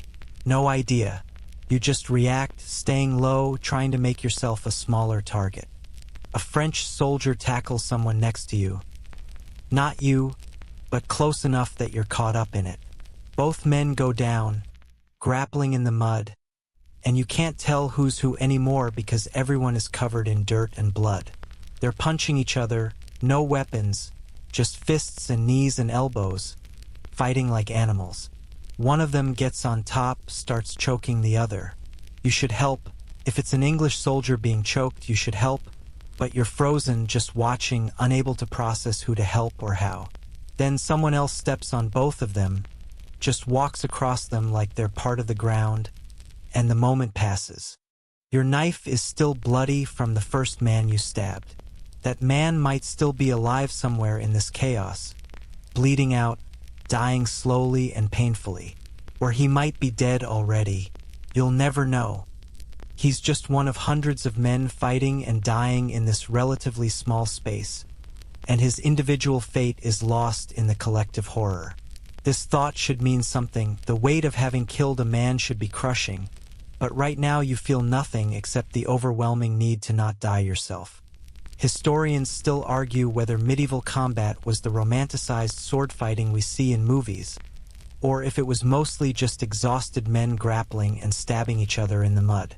You can now definitively confirm it's the latter. There's nothing glorious about this. It's ugly and brutal and desperate. Men using weapons like clubs because they're too tired to use proper technique. Fighters just trying to hurt each other in any way possible. You see two men literally biting each other, their weapons lost or broken, reduced to the most primal form of combat. A horse, riderless, terrified, probably wounded, charges through the melee, scattering everyone in its path. You throw yourself sideways, landing hard in the mud, and the horse's hooves miss your head by maybe a foot. The animal is screaming, a sound you didn't know horses could make, high-pitched and agonized. It has arrows sticking out of its flank, blood streaming down its legs. Crashes into a knot of fighting men, trampling at least two of them, and then it's gone, disappeared into the chaos. You struggle to your feet, now completely covered in mud, your gambeson soaked and heavy, adding weight you don't need. Old John is still near you, still fighting with that hatchet, and he seems to have acquired a shield from somewhere, probably taken from a corpse. He's using it effectively, blocking strikes, bashing people with it, creating space. You're staying in his shadow, stabbing opportunistically when targets present themselves. You've stabbed 2 more men now, you think. Maybe 3. It's hard to keep count when everything is moving so fast and your brain is overloaded with sensory information and adrenaline. Your knife blade is bent. You notice this during a brief lull, not a real lull, just a moment when no one is immediately trying to kill you, and you see that your knife, your simple eating knife, has been bent at an angle from hitting something hard. Probably bone. probably a rib or skull. The blade is still sharp on one edge, but it's not straight anymore, which means its effectiveness as a stabbing weapon is severely compromised. You're fighting with damaged equipment, your body is damaged, everything is falling apart. The man-at-arms who took the farmer's position earlier is still fighting near you, his sword bloody, his armor dented. He's breathing hard, clearly exhausted, but still functional. He dispatches a French soldier with a quick thrust, pulls his blade free, and immediately engages the next one. Professional competence in action. This is what trained soldiers look like. Efficient, economical movements, no wasted energy. Meanwhile, you're flailing around with a bent knife, purely reactive, no technique or strategy, just trying not to die. You step on something soft and it moves under your foot. A wounded man, English or French you can't tell, lying in the mud, clutching his stomach.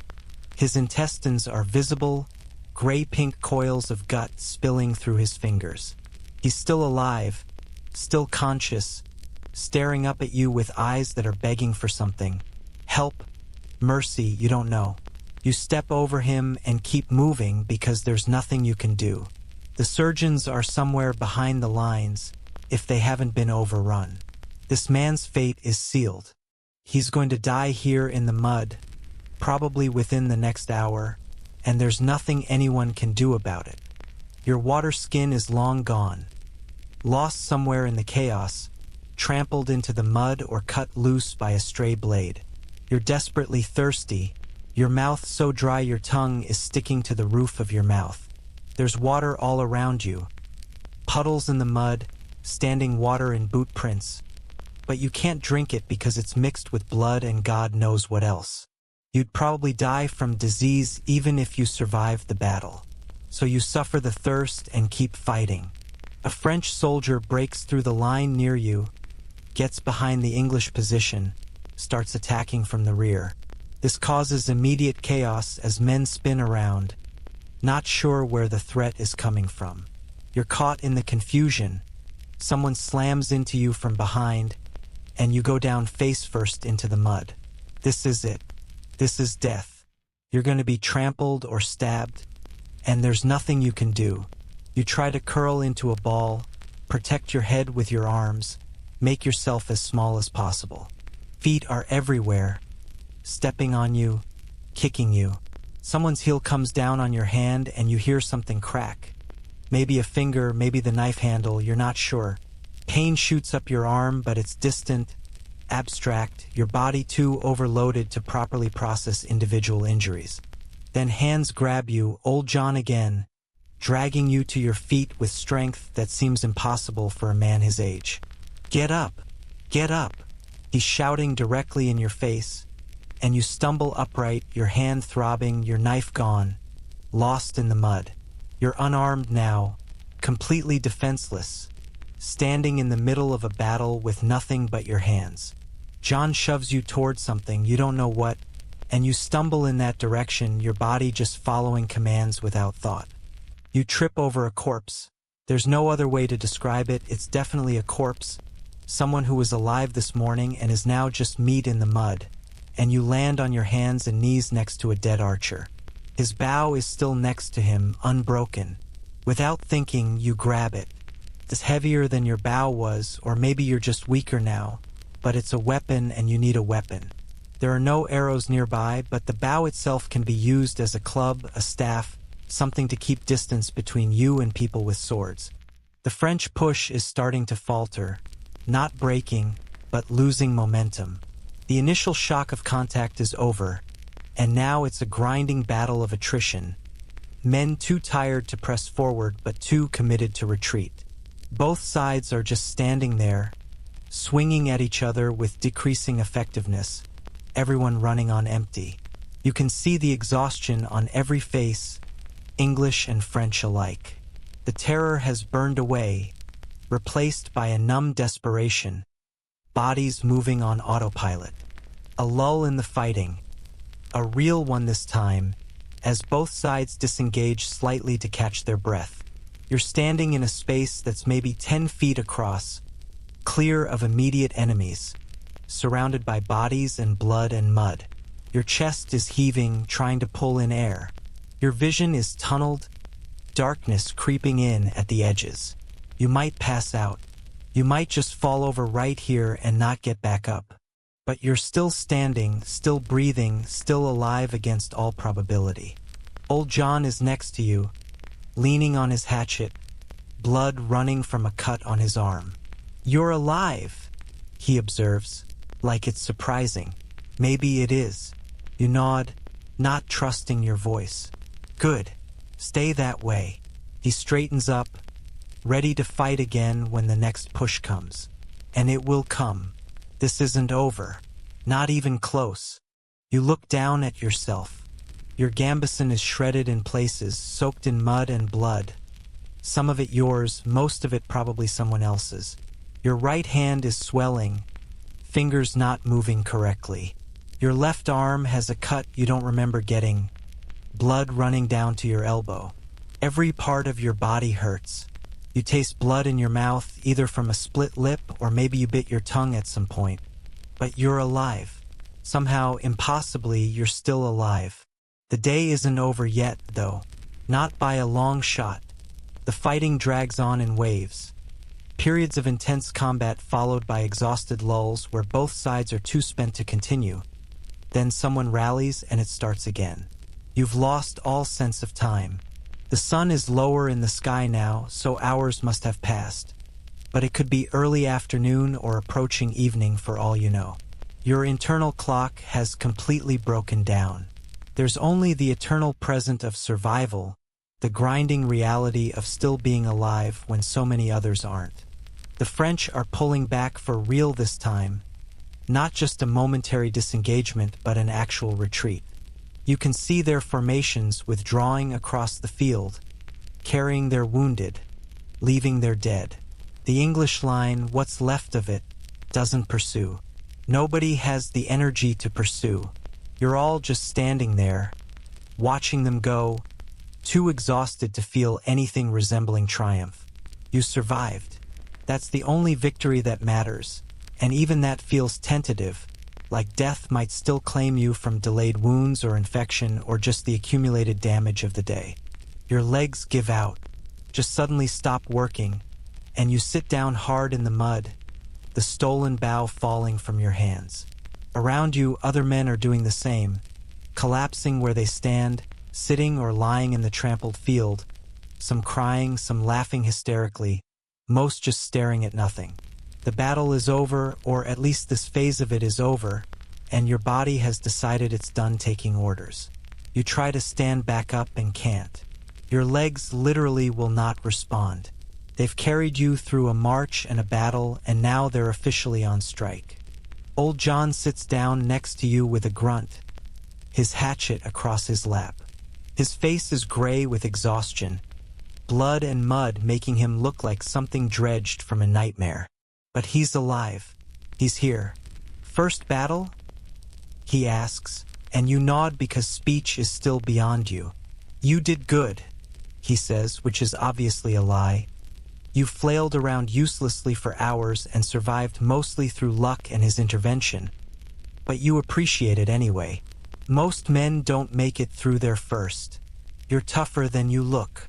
The field is covered in bodies. Hundreds of them, maybe thousands, it's hard to estimate. French mostly, but plenty of English too. Dead horses, broken weapons, the physical debris of combat scattered everywhere. Some of the bodies are moving, wounded men trying to crawl to safety, or just writhing in pain, waiting for help or death, whichever comes first. The sounds they make are worse than the sounds of battle. At least during combat, the screaming had a purpose and immediate context. These sounds are just suffering, pure and distilled, with no meaning except pain. The surgeons and their assistants are moving through the field now, doing triage. They can't save everyone, not even close, so they're making brutal calculations about who's worth the effort. Men with abdominal wounds are mostly left to die. Those injuries are almost always fatal in medieval medicine. Limb wounds, if they can be treated quickly, might be survivable. They're doing amputations right there in the field. Men held down by their friends while surgeons saw through bone, the screaming audible across the entire battlefield. You watch one amputation from a distance. They take the man's leg off just below the knee, cauterize the stump with a red-hot iron, and the man passes out from the pain. Probably better that way. If he survives the shock and the blood loss and the inevitable infection, he'll live, but he'll never fight again. Never farm properly. Never walk without difficulty. But he'll be alive, which in medieval terms counts as a good outcome. Bodies are being sorted, English on one side, French on the other.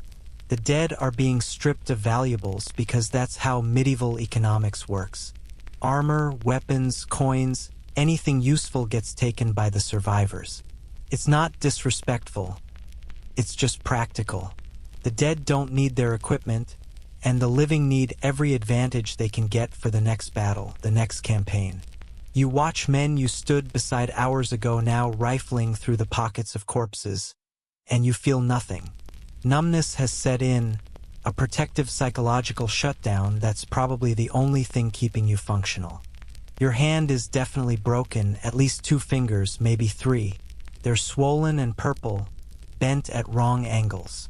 Someone who knows basic field medicine, not a surgeon, just a veteran who's seen injuries before, comes by and looks at it. Broken, he confirms helpfully. He produces 2 thin sticks and some leather strips and splints your fingers, tying them together with the sticks to keep them immobile. It hurts worse than when they were just broken, the manipulation sending white-hot pain up your arm, but supposedly this will help them heal straight. Don't use that hand for a month, he advises, which is laughably impractical. You need both hands for everything in medieval life. But you nod anyway because what else are you going to say? Water finally arrives. Men carrying barrels and skins, distributing it to the survivors. You drink like you've never tasted water before, gulping it down until someone pulls the skin away from you. Slow down or you'll puke, they warn. Too late. Your empty stomach immediately rejects the water, and you vomit into the mud, bringing up mostly bile and water because there's nothing else in you. You try again, slower this time, and the water stays down. It's warm and tastes like leather and possibly has things growing in it, and it's the most delicious thing you've ever consumed. Food comes next, bread and cheese distributed from the baggage train. The bread is stale, the cheese is hard and waxy, and you eat both without tasting them, your body just processing fuel.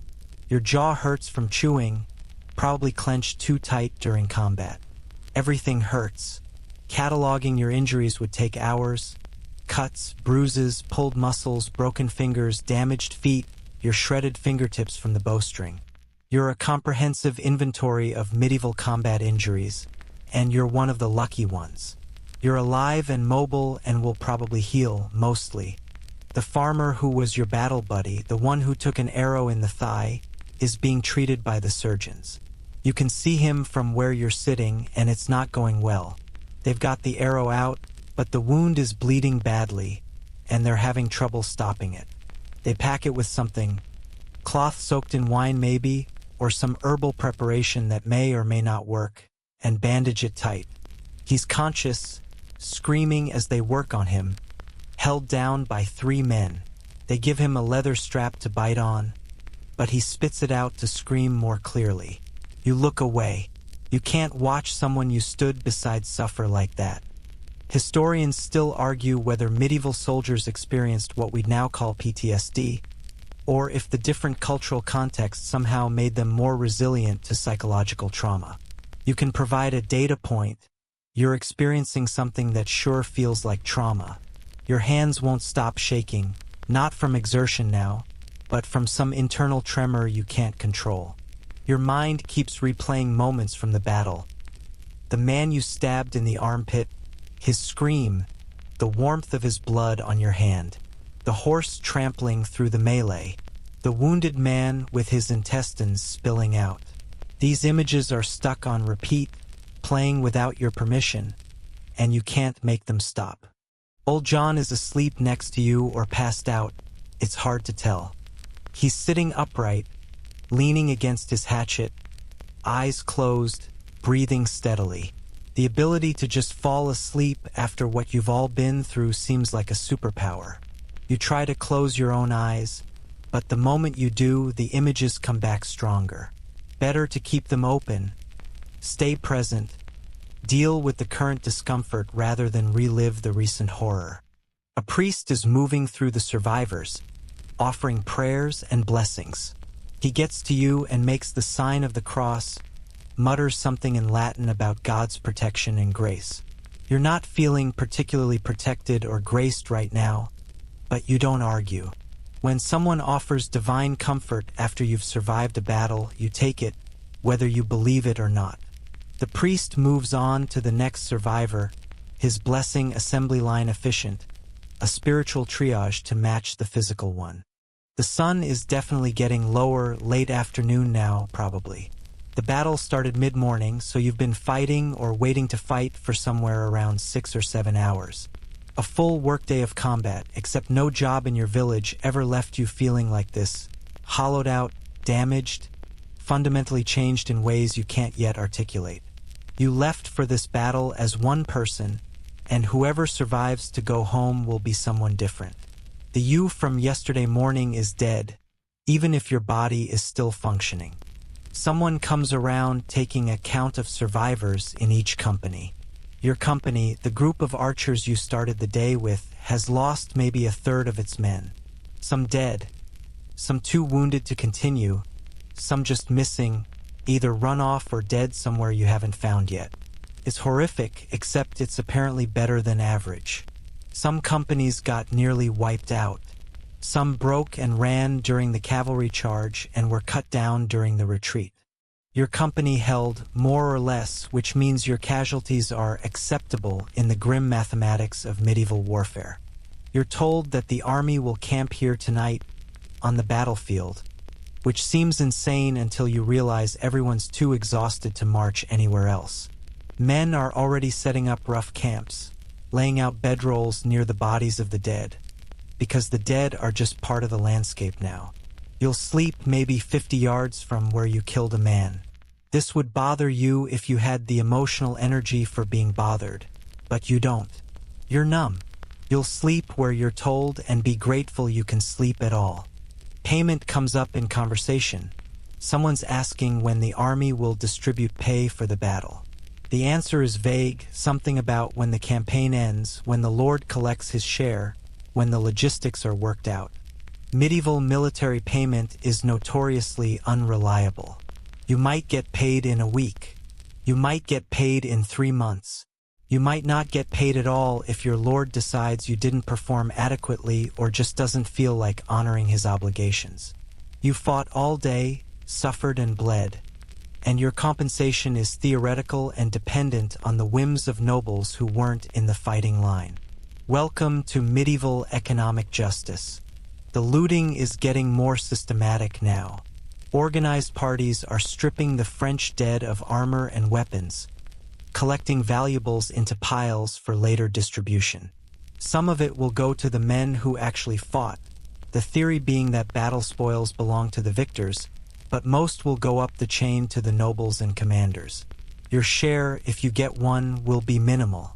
Maybe a few coins, maybe a piece of equipment you can sell, maybe nothing. The wealth of medieval warfare flows upward, and you're at the bottom of that flow. Your broken fingers throb with every heartbeat, a persistent reminder of damage that will take months to fully heal. Your shredded fingertips have stopped bleeding, but they're raw and painful, every accidental touch sending jolts of pain through your hand. Your feet, when you finally remove your shoes to check them, are a disaster. Blisters on top of blisters, toenails black with bruising. One toenail completely gone, though you don't remember losing it. You wrap them in strips of cloth torn from a dead man's shirt because you need something and the dead man doesn't. You're becoming pragmatic about death in ways that would have horrified you yesterday. Camp fever is already starting. You can hear men coughing, see some shivering with fever despite the warm evening. Wounds are getting infected, the inevitable result of medieval hygiene and combat injuries treated with questionable methods. The surgeons are doing their best, but their best involves wine and prayer and hopes that God will prevent gangrene. Some men who survive the battle will die in the next few days from infections that modern antibiotics would cure in hours. You check your own wounds obsessively, looking for red streaks or pus, any sign of infection setting in.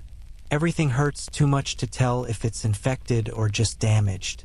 You'll find out in a day or two, one way or another. Old John wakes up, looks around like he's surprised to still be alive. "Made it," he observes.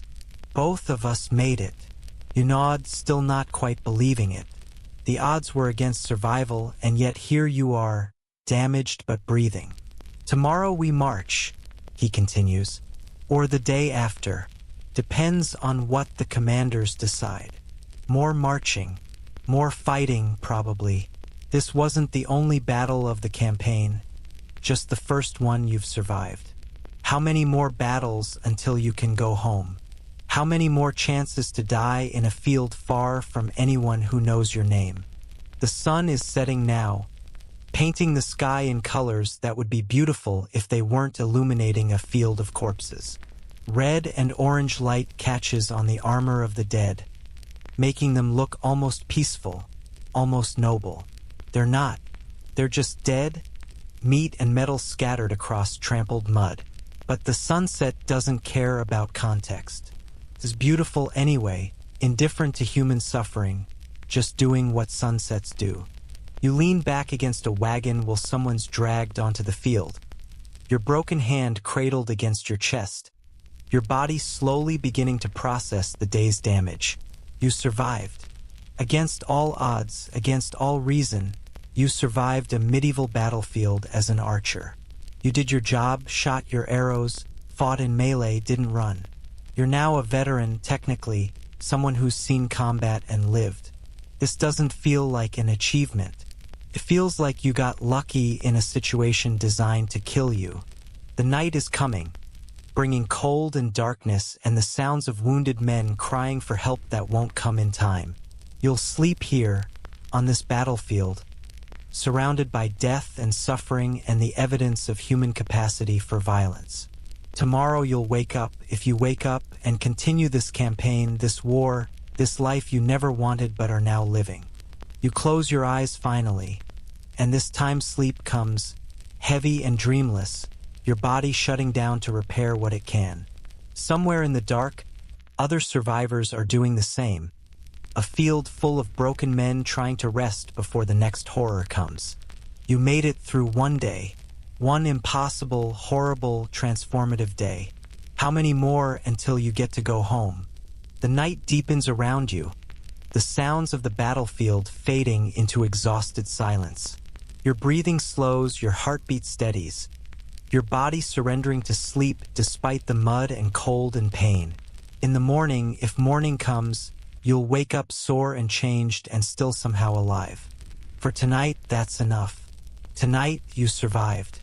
And in the brutal arithmetic of medieval warfare, survival is the only victory that matters. The field grows quiet. The stars come out, indifferent and beautiful. And somewhere between consciousness and sleep, you let go of the day, releasing it into memory where it will live forever, sharp and terrible and real. Sweet dreams are impossible after what you've seen. But rest comes anyway, your body demanding it, taking it, healing what it can while you drift in and from whatever peace is still available to you now. The battle is over. You lived. Tomorrow brings new challenges, new fears, new chances to survive or fail. But tomorrow is not tonight. Tonight is for rest, for small mercies, for the simple miracle of still breathing when so many others aren't. The darkness wraps around you like a blanket. Your broken body settles into the mud. And against all probability, against all the horror of the day, you sleep.